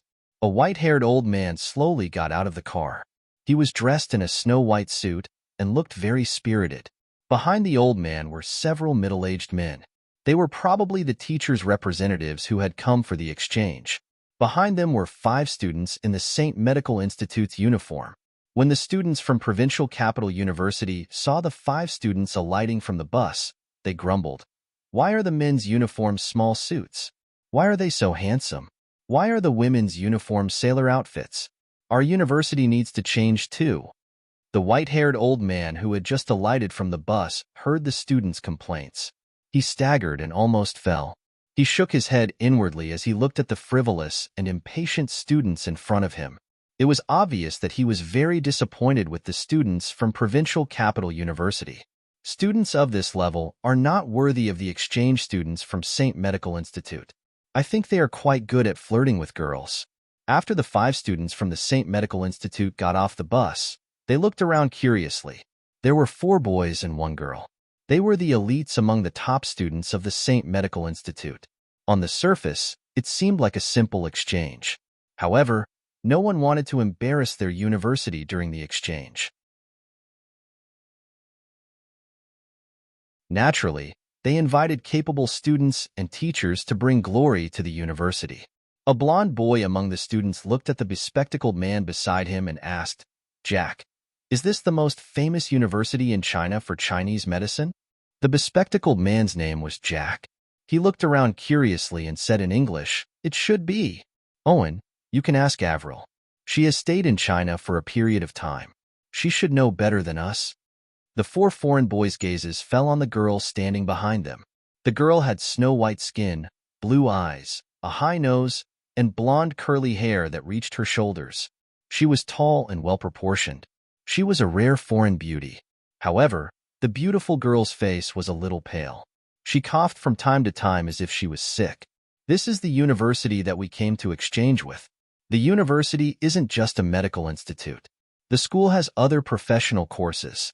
5 years ago, the university became famous because of a Chinese medicine divine physician named Xingtian.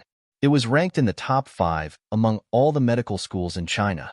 However, it seems like the medical school of the university has declined. Avril's expression was calm, and her voice was ethereal and pleasant to the ear. The 4 foreign boys listened to Avril's introduction, and their expressions became even more disdainful. One of them, a muscular man with dark skin, snorted, "If that's the case, why do we need to exchange knowledge with these incompetent people? It's an insult to our Western medicine." Standing next to the black brawny man was a man with the aura of a prince. He nodded and sneered. "Heh, I agree with Peter. This trip is simply a waste of our good lives. Willis, China has Chinese medicine. It's ancient and mysterious. Don't look down on this university. There must be an expert here." Avril reminded them, "Chinese medicine?" The 4 foreign students pronounced it in Chinese awkwardly. Willis, who had the aura of a prince, sneered, "I've heard of it before. It's said that reading someone's face and taking their pulse can cure them? Who would believe such tricks to fool fools? Those are just Chinese people blowing their own trumpet and making things up." Willis had an arrogant look on his face. It was obvious that he didn't think much of Chinese medicine. The other 3 boys also had looks of contempt on their faces. Avril didn't explain further and stood at the side in silence. The 5 students whispered to each other in private, so no one else could hear them. At this time, the principal of the university, Wang Zhonghua, led a group of people to welcome them. They were shaking hands and greeting the teachers of the St. Medical Institute. The leader of the St. Medical Institute this time was a white-haired old man. He was the associate professor of the St. Medical Institute and was very famous in the field of Western medicine.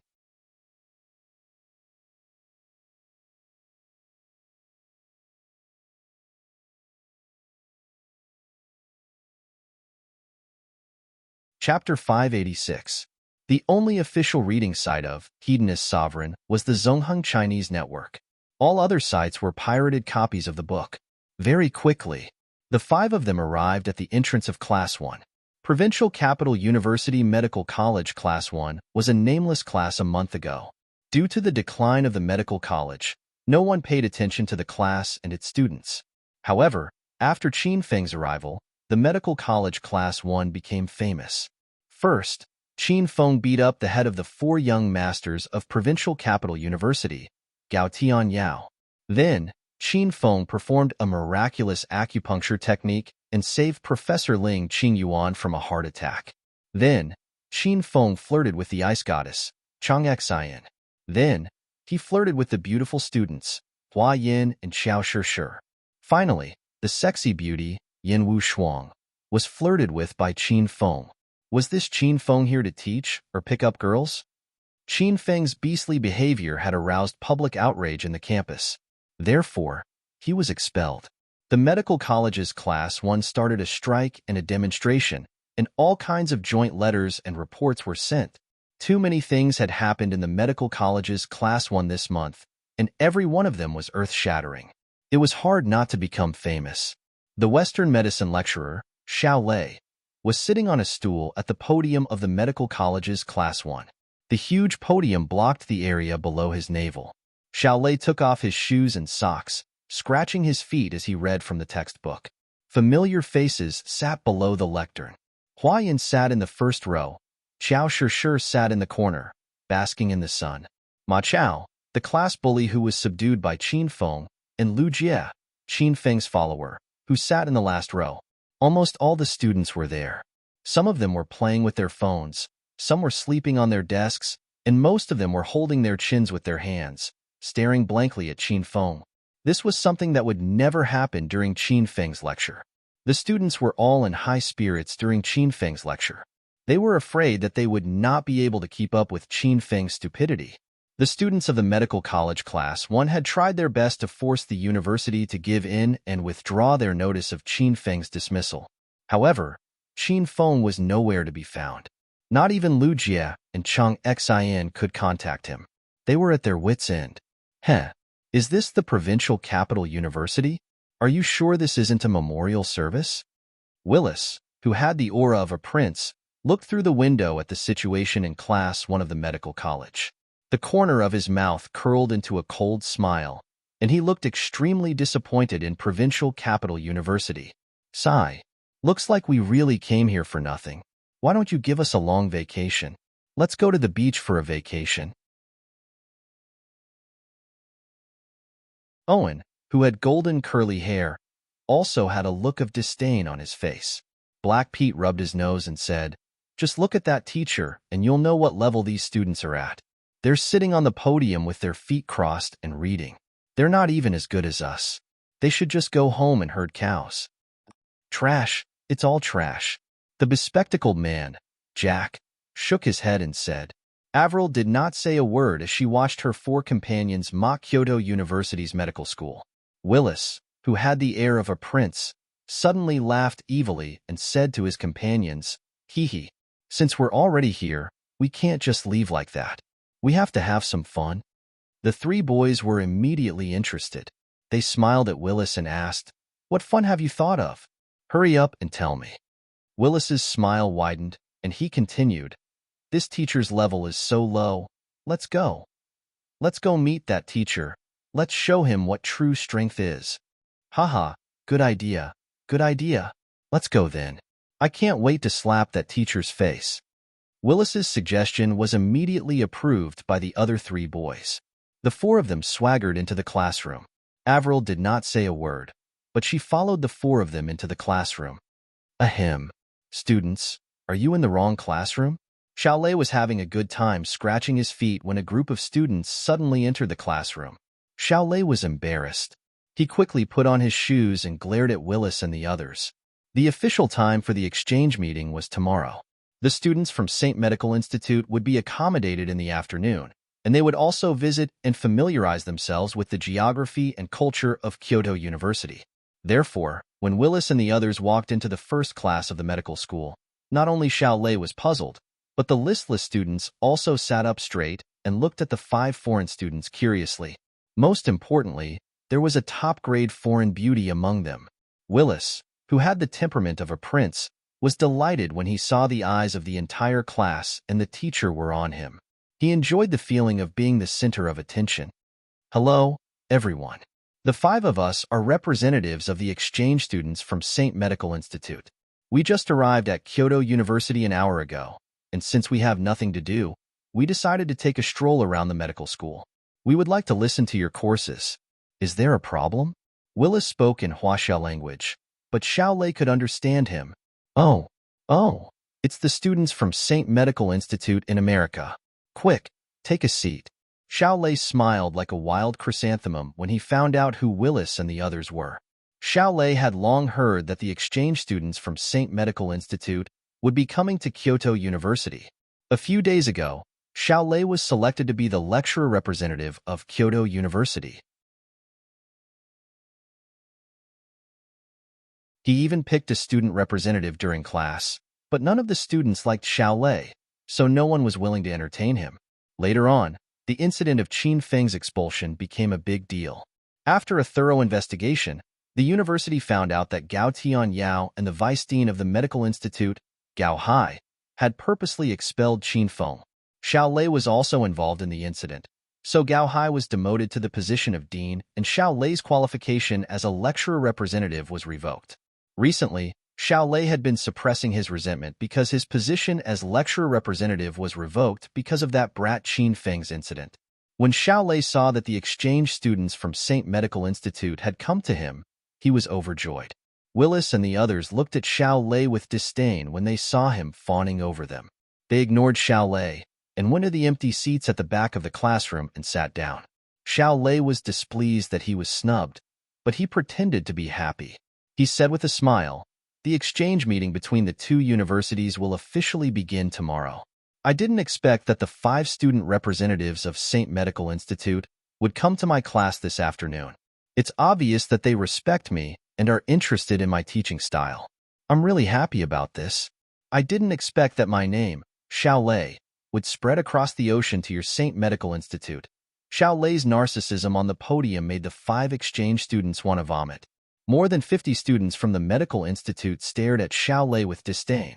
From their point of view, Willis and the others were obviously here to cause trouble. Not only did Xiao Lei not show them his power, but he even fawned over them. He was a traitor who worshipped foreign things. "Sir, please start your class." Jack had enough of Xiao Lei's narcissism. He pushed his glasses up and interrupted Xiao Lei. Xiao Lei also realized that he had gone overboard with his boasting. He smiled awkwardly and said, "Haha, all right. Since the students of St. Medical Institute can't wait to listen to my class, I'll start now." Avril and the other 4 students' mouths twitched. They resisted the urge to kick Xiao Lei away. Xiao Lei continued his narcissism for a while before he finally got down to business. He picked up the textbook and started his class. "We were talking about stroke. The main causes of this disease are cold, overwork, and bacterial infection. Due to poor blood flow, the nerves are temporarily damaged. The symptoms include mouth, eyes, and mouth tilt, headache, tinnitus, and so on. The treatment consists of acupuncture and traditional Chinese medicine, but the effect is very slow. However, if it is treated with Western medicine, such as injections and medicine, the effect will be obvious. Sir, do you always read from the textbook like this?" Willis suddenly stood up and interrupted Xiao Lei when he was halfway through his lecture. Xiao Lei did not understand what Willis meant. He was a little stunned and instinctively said, "That's right, Willis. Do you think my lecture is very difficult to understand?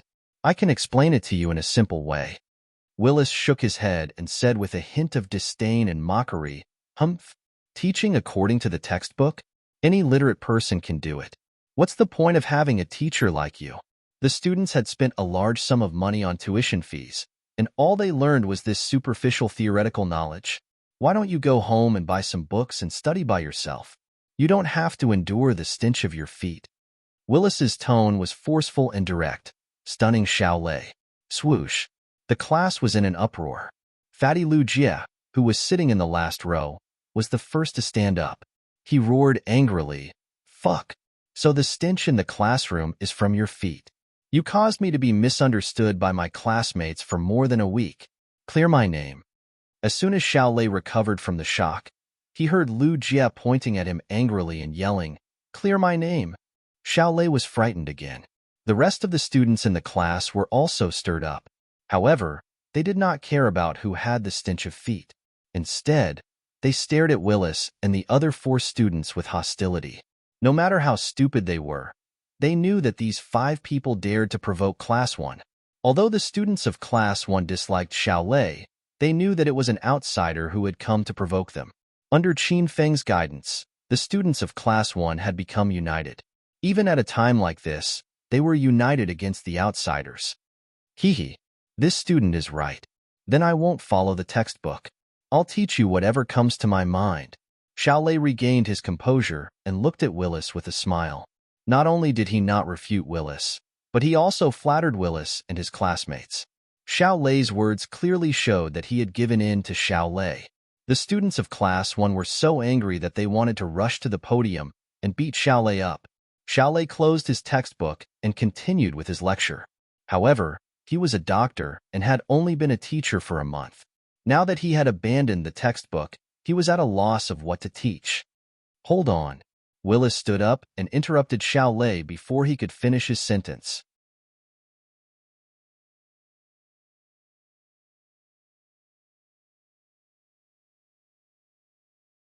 Chapter 587. Xiao Lei was annoyed that he was interrupted again.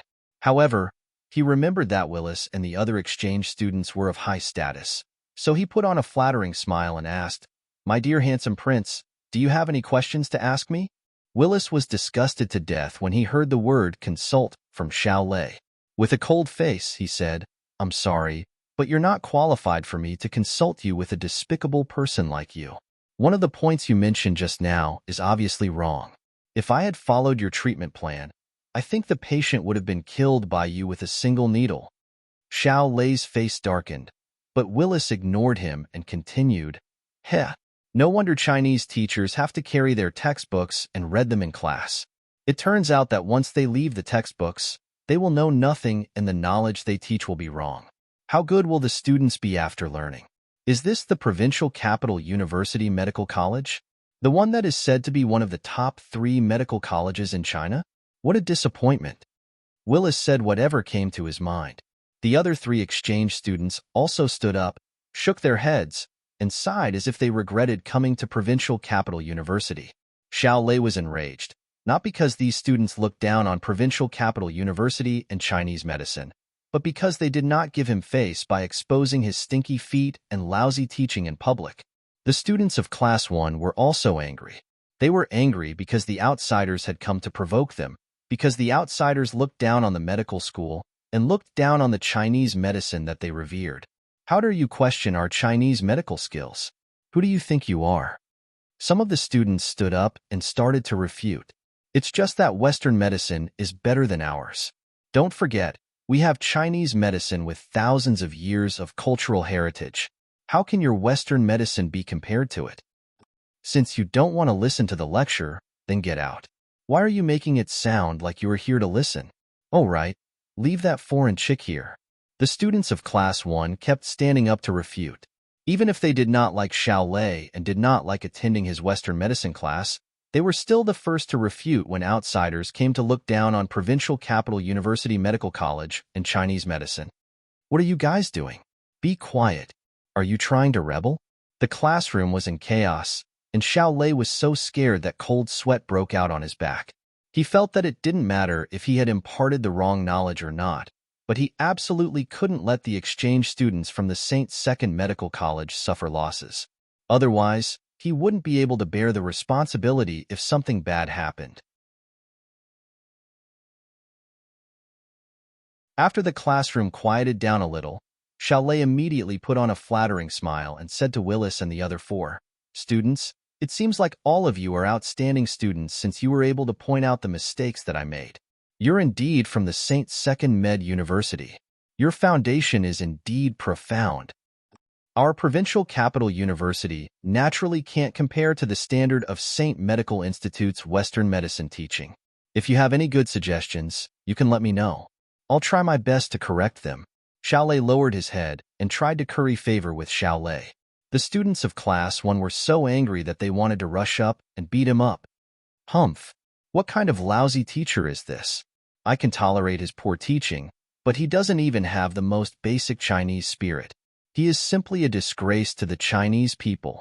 Many students started to complain.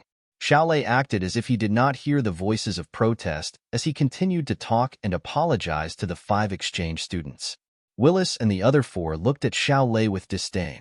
If all the teachers in Kyoto Medical College were like him, then it would be hopeless. Bang! Suddenly, a muffled sound came from the last row of the classroom. Fatty Lu Jie smashed the wooden desk with his palm and stood up angrily. "I can tell that the 5 of you are here to cause trouble. You're not welcome here. Get out of here now." The 4 male students' gazes fell on Lu Jie at the same time. They were stunned when they saw him smash the wooden desk with his palm. Avril also looked at Lu Jie with a serious expression. Her willowy eyebrows were tightly knitted, and no one knew what she was thinking. "Humph!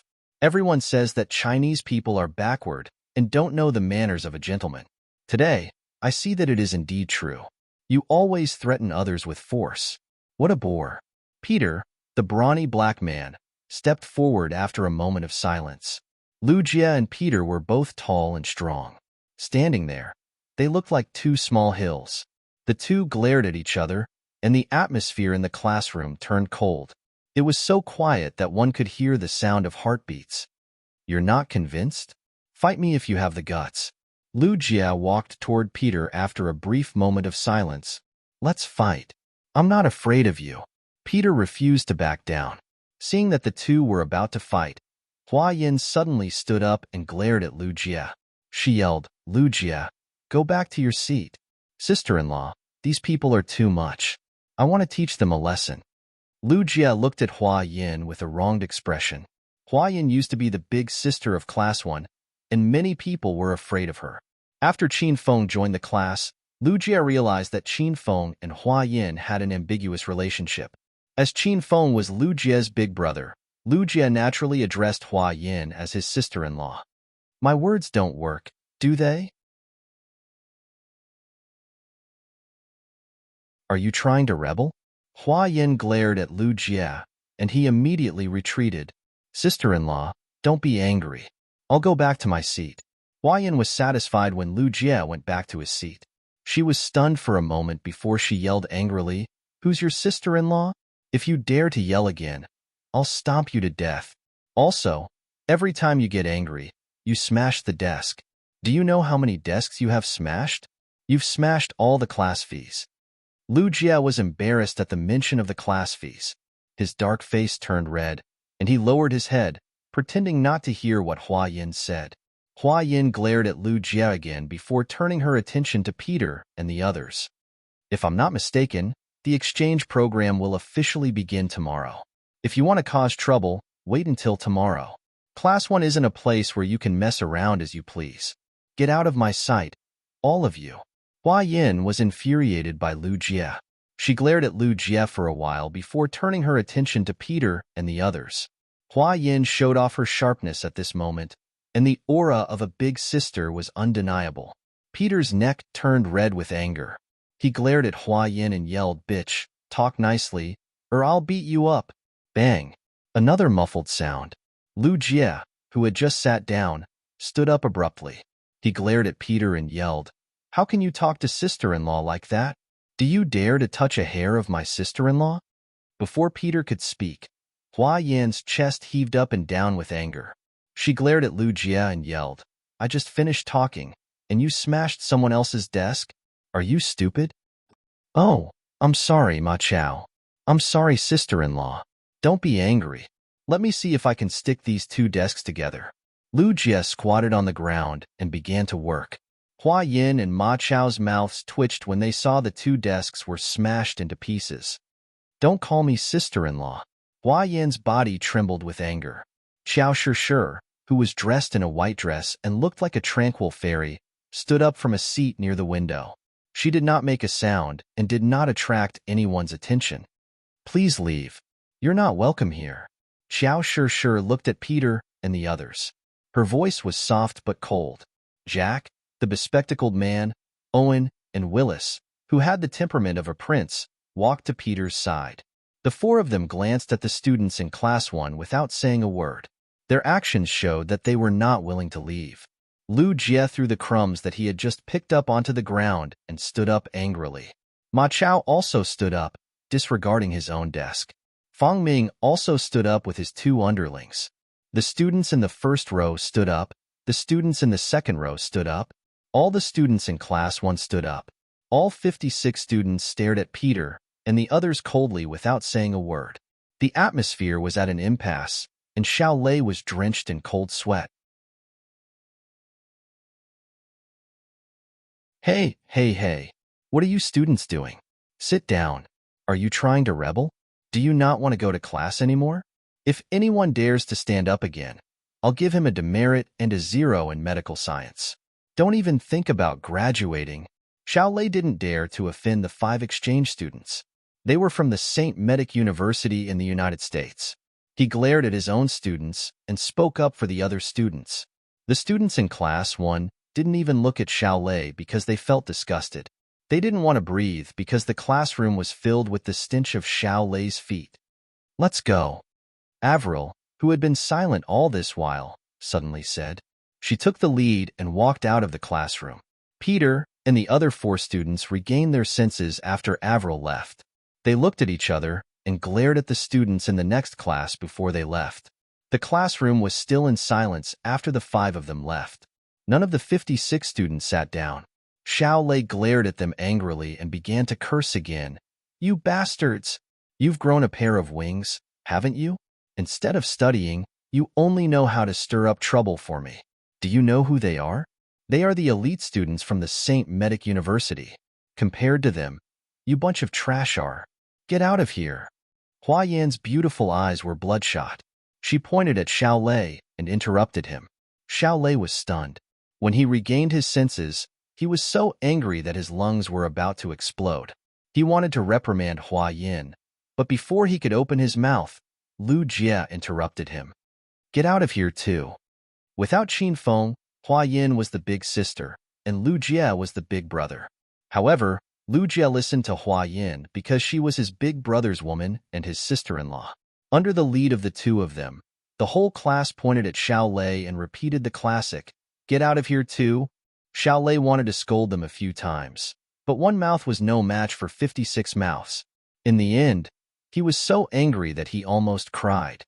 He covered his face and ran out of the classroom.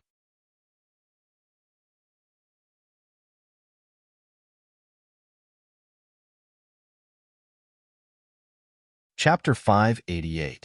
Qin Feng and Yin Wushuang were walking side by side on the street in Warrior Town, which was the base of the Martial Artist Alliance in the provincial capital. Qin Feng and Yin Wushuang rushed to the provincial capital last night and took a nap this morning. When he woke up, Yin Wushuang brought him here. It was said that the base of the dragon sect in the provincial capital was in an inconspicuous shop in Warrior Town. Last night, Qin Feng made use of Yin Wushuang and made her so angry that the buttons on her cheongsam fell off. Since leaving Acropolis City last night, Yin Wushuang's face had been cold and she hadn't said a word to Qin Feng. "Team leader Yin, where's the dragon sect? You brought me to such a remote place. Don't tell me you've taken a fancy to my beauty? Don't mess around. I'm not a casual man." Qin Feng peeped at Yin Wushuang's chest with a serious face. Yin Wushuang was a stage 7 inner chi expert, so she could not see Qin Feng's eyes. Yin Wushuang was so angry that she wanted to explode. She opened her mouth but did not say anything. Under Yin Wushuang's guidance, the 2 of them passed through the bustling streets from the entrance of the warrior town and arrived at a remote area with few people. Almost all the shops in this area were closed. They were either closed down or had seals on their doors. Almost no warrior would come to this area to shop in this area. Yin Wushuang stopped in front of a dilapidated house. She pushed the big red wooden door in front of her. The wooden door opened and the interior was different. "Team leader Yin." There were 4 guards standing behind the wooden door. Qin Feng glanced at them briefly and found that they were all stage 6 inner chi experts. The 4 guards greeted Yin Wushuang respectfully and let her in. Qin Feng was about to follow them when one of the guards pulled out a broadsword from his waist and blocked Qin Feng's way. "Who are you?" Qin Feng was waiting for Yin Wushuang's explanation. He saw Yin Wushuang standing in the yard and smiling coldly at him. She looked like she was trying to get back at him. Qin Feng gritted his teeth in anger. Seeing Qin Feng did not speak, the other 3 guards pulled out their broadswords and pointed them at Qin Feng. "Since you can't tell us your name, don't blame us for being rude. How could the Dragon's Gate's sacred land be a place that ordinary people could casually barge into?" The 4 men had condensed their inner chi and were ready to fight with Qin Feng. Although Qin Feng was not afraid of the 4 men, it would be very troublesome if they fought at the entrance of the Dragon Gate. "Wait, brothers, don't worry. I'm team leader Yan's lover. She brought me here. I thought she was going to bring me here for a private meeting. Who knew there were other people in this yard? I don't like to have group sex. No, I have to go first." Qin Feng pretended to dislike Yin Wushuang's taste and turned around to leave. The 4 guards were stunned by Qin Feng's words. Although Yin Wushuang did not have a high position in the dragon sect, She was definitely the prettiest woman in the dragon sect. Which man in the dragon sect did not want Yin Wushuang? However, Yin Wushuang was cold and aloof. She looked like she wasn't interested in men, which made her pursuers feel helpless. How could such a cold and arrogant woman suddenly have a lover? Qin Feng, do you want to die? Yin Wushuang really didn't want to talk to Qin Feng anymore. This man was simply a beast, a bastard, and a shameless pervert. However, Yin Wushuang knew she would be in big trouble if she didn't explain herself. She could only gnash her teeth, stare at Qin Feng, and yell. Qin Feng suddenly stopped, turned around and smiled at Yin Wushuang. "Oh, Team Leader Yin, you can talk? You didn't say a word along the way, so I thought you were a mute. I was so worried. Look at you. You are so beautiful. It would be a pity if you were a mute." Qin Feng said this and then muttered in a low voice, "If you were a mute, I wouldn't be able to sleep with you." "Qin Feng, what were you muttering just now?" Yin Wushuang really regretted pleading for Qin Feng in front of the dragon sect. She should have asked the dragon sect to unanimously agree to kill Qin Feng. "I didn't say anything bad. I just said you are beautiful." Qin Feng always knew when to stop joking. Seeing that Yin Wushuang was angry, Qin Feng didn't say anything else. He leaped into the courtyard. The dragon sect's base looked shabby from the outside, but it was definitely a paradise on earth inside. The huge courtyard stretched as far as the eye could see. Rows of majestic and luxurious single-story houses lined up like giant dragons. It looked like the architectural style of an ancient imperial palace. The courtyard was filled with flowers and plants. Qin Feng glanced around and found many rare herbs. There were even a few spirit herbs in the flower pond. No wonder he felt the spiritual qi in the courtyard was so much richer than outside. After Qin Feng entered the house, he scanned his surroundings. The 4 guards finally came back to their senses. They had checked Qin Feng's strength before, and he was only a stage 6 inner qi martial artist. However, a stage 6 inner qi martial artist was able to enter the house under the watchful eyes of the 4 guards. It was unbelievable. Clang, clang, clang. Before Qin Feng could say anything, Yin Wushuang said, "Don't be reckless. The dragon sect asked me to bring him here." The expressions of the 4 guards froze, and they even maintained the posture of drawing their broadswords halfway. They did not expect that this extremely ordinary man in front of them was actually invited by the higher-ups. Could it be that he was a new member of the Dragon Gate? "Leader Yin, we apologize for our impoliteness. Please come in." The 4 guards bowed slightly to Yin Wushuang and Qin Feng.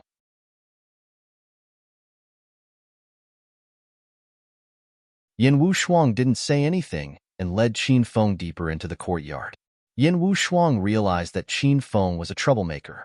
He wouldn't stop for even a second. Qin Feng followed behind Yin Wushuang. He knew that Yin Wushuang was angry, so he didn't take the initiative to talk to her when he saw her cold face. Qin Feng walked past the palace-like buildings and entered one of them. There were also 2 guards standing at the entrance of the room. They were also stage 6 inner qi martial artists. The 2 guards didn't ask any questions. After greeting Yin Wushuang, they opened the door and let Qin Feng and Yin Wushuang in. The house looked like a tea house with a few square tables. The room was spacious and bright, but there was no one in the house. "Xiao Feng, there's something I haven't told you," Yin Wushuang said after they entered the house and sat down in front of a square table. Qin Feng sat opposite Yin Wushuang and poured himself a cup of tea to moisten his throat. He asked, "What's the matter? Only you and I know that Qing Lang is Qin Feng. I didn't report this to the higher-ups, which means that when people come, you'll be Qing Lang, and your true appearance will be Xiao Feng. Do you understand what I mean?" Qin Feng was shocked and looked at Yin Wushuang in surprise. Qin Feng didn't want his identity to be exposed, but he thought that Yin Wushuang would reveal his identity to the dragon sect after he crippled Qi Wanjun. He didn't expect that she would keep it a secret. "Don't look at me like that. I have my own reasons for doing this. Don't misunderstand." Yin Wushuang couldn't stand Qin Feng's stare. She glared at him coldly. "In other words, other than you, no one else knows that I'm still alive?" Qin Feng wanted to confirm. "Qin Feng is dead. You're Green Wolf, and Green Wolf's real identity is Xiao Feng. Am I not clear enough?" Yin Wushuang's expression was cold. All of a sudden, Qin Feng had the urge to pounce on Yin Wu Shuang and give her a big kiss. He didn't care why this girl helped him hide his identity, but Yin Wu Shuang's actions were beneficial to him. Yin Wu Shuang didn't say anything else. She drank her tea quietly. Qin Feng was afraid that the walls might be eavesdropping, so he put an end to the topic. The two of them sat around the square table and waited for a while. Then, the door opened again and 3 men walked in. The man in the front was in his 50s. He wore a suit and leather shoes and had a big belly. He glanced at Yin Wu Shuang and Xiao Feng after he entered the room. He didn't say anything and sat on the main seat. The 2 men walking behind him were in their 40s. One of them wore a black exercise suit and had a crew cut. He was tanned and muscular. The other one was wearing a white training suit. His long hair draped over his shoulders, and his skin was soft and tender like a girl's. When these 2 men walked together, from afar, they looked like a couple.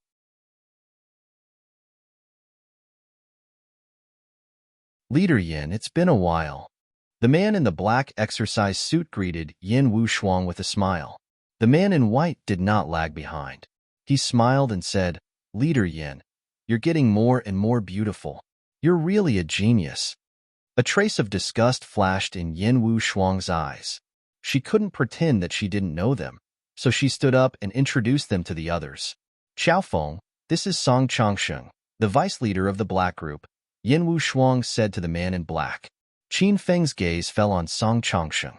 He didn't expect Song Changsheng to be the vice leader of the black group.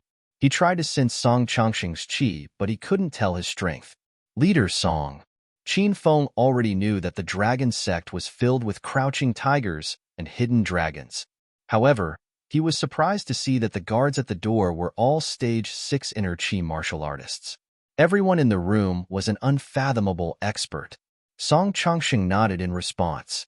Yin Wu Shuang continued, "The man in black is Lei Ming, the leader of the yellow group, and the man in white is the instructor of the yellow group, Lu Yundan. The man beside me is Xiao Feng, and his other identity is Green Wolf." Qin Feng sized up Lei Ming and Lu Yundan after Yin Wu Shuang finished speaking. Qin Feng sensed their qi. They were both very powerful. Qin Feng guessed that they were stage 8 inner qi experts. Lei Ming and Lu Yundan were also sizing up Qin Feng. Qin Feng's battle at Devil Beast Mountain as Green Wolf had made a name for himself in the Dragon Sect and the outer martial arts world. He had crippled Qi Wanjun, one of the 5 tigers, and injured Southeast Tiger Yuan Fu, who had disappeared for many years. Everyone was very curious about him. After a while, Lei Ming and Lu Yundan withdrew their gazes. A playful smile appeared on their faces. They could tell that Qin Feng was only a stage 6 inner qi expert, but it wasn't Green Wolf's true strength. Everyone thought that Qin Feng was hiding his true strength, so they didn't point it out. After the introductions, the atmosphere in the room was a little stiff. After a while, the vice leader of the black group, Song Changsheng, suddenly spoke.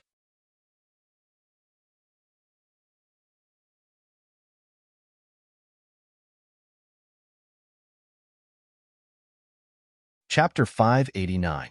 The leader of the Dragon Gate Xin group, Song Changsheng, had already spoken.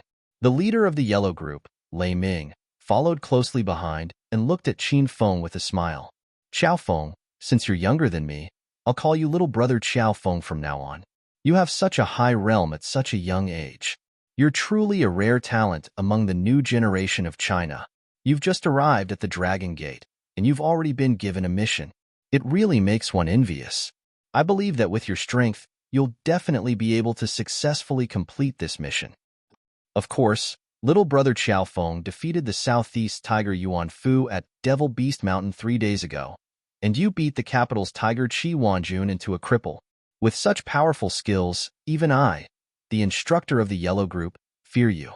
Little brother Xiao Feng is so powerful. What can't you do? Lu Yunyun said with a strange tone. The 3 of them had already spoken. On the surface, it looked like they were congratulating Qin Feng in advance, but Qin Feng could tell that none of them had good intentions. It was clearly a difficult mission, but the 3 of them made it sound like it was easy. If Qin Feng really completed this mission, then it would become an ordinary task for Sikong, and he might not even get much credit. However, if he didn't complete this mission, then it would mean that Qin Feng was incompetent. He couldn't even complete such a simple mission. These three old foxes were each more shrewd than the other. Qin Feng had only just seen the three of them, but he felt waves of pressure. Haha, thank you, Group Leader Song, Group Leader Lei, and Instructor Lu for your blessings. I've just joined the Dragon Sect, and there are still many things I don't understand. I don't know anything about this mission, but I heard what the three seniors said just now. I think this mission is very simple. Group Leader Lei just said that he envies me. Since I'm a newcomer, I'm willing to give up this mission to you. When the mission is completed, all the rewards and merits will be given to you, Group Leader Lei. You don't have to thank me, just take care of me in the future, Qin Feng said as he looked at Group Leader Huang, Lei Ming, with a smile. The smile on Lei Ming's face froze as if he had just eaten a fly. But very quickly, Lei Ming regained his composure and laughed. Haha, Brother Qiao Feng, at such a young age, not only do you possess astonishing strength, I never thought that you would also know how to conduct yourself. A talent like you is truly something that we seniors like very much. Since you've already called me senior, how could I steal your credit? This time's mission will still be completed by you. I wish you good luck in obtaining your contribution as soon as possible. At that time, I'll represent the Huang group to invite you to join us.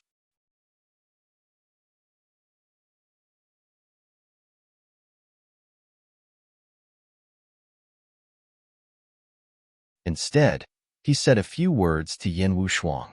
In Lu Yunduan's opinion, even if Qiao Feng was a Stage 9 energy expert, he might not be able to complete this mission. After all, the William family of America was not that easy to deal with. The three of them came and left abruptly. Only Qin Feng and Yin Wushuang were left in the room. Song Changsheng, who was the first to leave the room, was not in a hurry to leave. Soon, Lei Ming and Lu Yunduan walked out of the room. Team Leader Song. The two of them greeted Song Changsheng respectfully as soon as they walked out of the room. Song Changsheng waved his hand and said, "What do you think of this kid?" "Humph. He thinks he's smart." Lei Ming's eyes flashed with anger and a trace of contempt. "He's strong, shrewd, and young. It would be great if he could be of use to us. If he doesn't know what's good for him, we'd better get rid of him as soon as possible," Lu Yunduan, who exuded a feminine aura, said with a murderous look in his eyes. Song Changsheng nodded slightly and said, "Let's wait for him to finish this mission first. Who knows, if he messes up the mission, the higher-ups of the Dragon Gate will send someone to get rid of him. What's there for us to worry about?" "Yes, Team Leader Song." Lu Yunduan and Lei Ming replied simultaneously. "Team Leader Yin, now that the annoying flies are gone, shall we do something interesting?" Qin Feng's eyes fell on Yin Wushuang's plump breasts. He looked as if he wanted to eat them up. Yin Wushuang was used to Qin Feng's behavior. She was too lazy to reprimand Qin Feng. She said with a cold face, "If you knew that those three men have joined forces to suppress you, would you still have the same thoughts?" Qin Feng looked indifferent. Apparently, he had already thought of this. "If I cry for 3 days and 3 nights, will they stop suppressing me? If that's the case, I'll cry right now." Yin Wushuang's beautiful eyes flashed with a strange light. She looked at Qin Feng for a long time and said, "Then I wish you good luck and can successfully complete this mission. Your identity as a teacher in Jindu University has been settled. You can report there at any time." Yin Wushuang stood up and was about to leave. Apparently, she was going to leave alone. Looking at Yin Wushuang's disappearing figure, Qin Feng suddenly said, "At least I have you as a friend in the Dragon Gate, right? That's more than enough." Yin Wushuang's delicate body trembled. Immediately, she calmed down and disappeared into the street as if nothing had happened. A while after Yin Wushuang left, Qin Feng finished his cup of tea and slowly walked out of the Dragon Gate's base. Strolling leisurely on the streets of martial artist town, Qin Feng recalled the time when he and Lu Jie went to the St. Medic Hall and the blacksmith shop to turn in the mission. Qin Feng hastily spat on the ground a few times. How could he miss the memory of a fat, tanned, stinky man?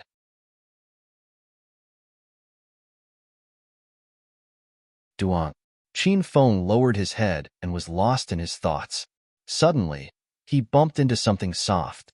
It was so bouncy that Qin Feng's face bounced back. "Ah, you beast!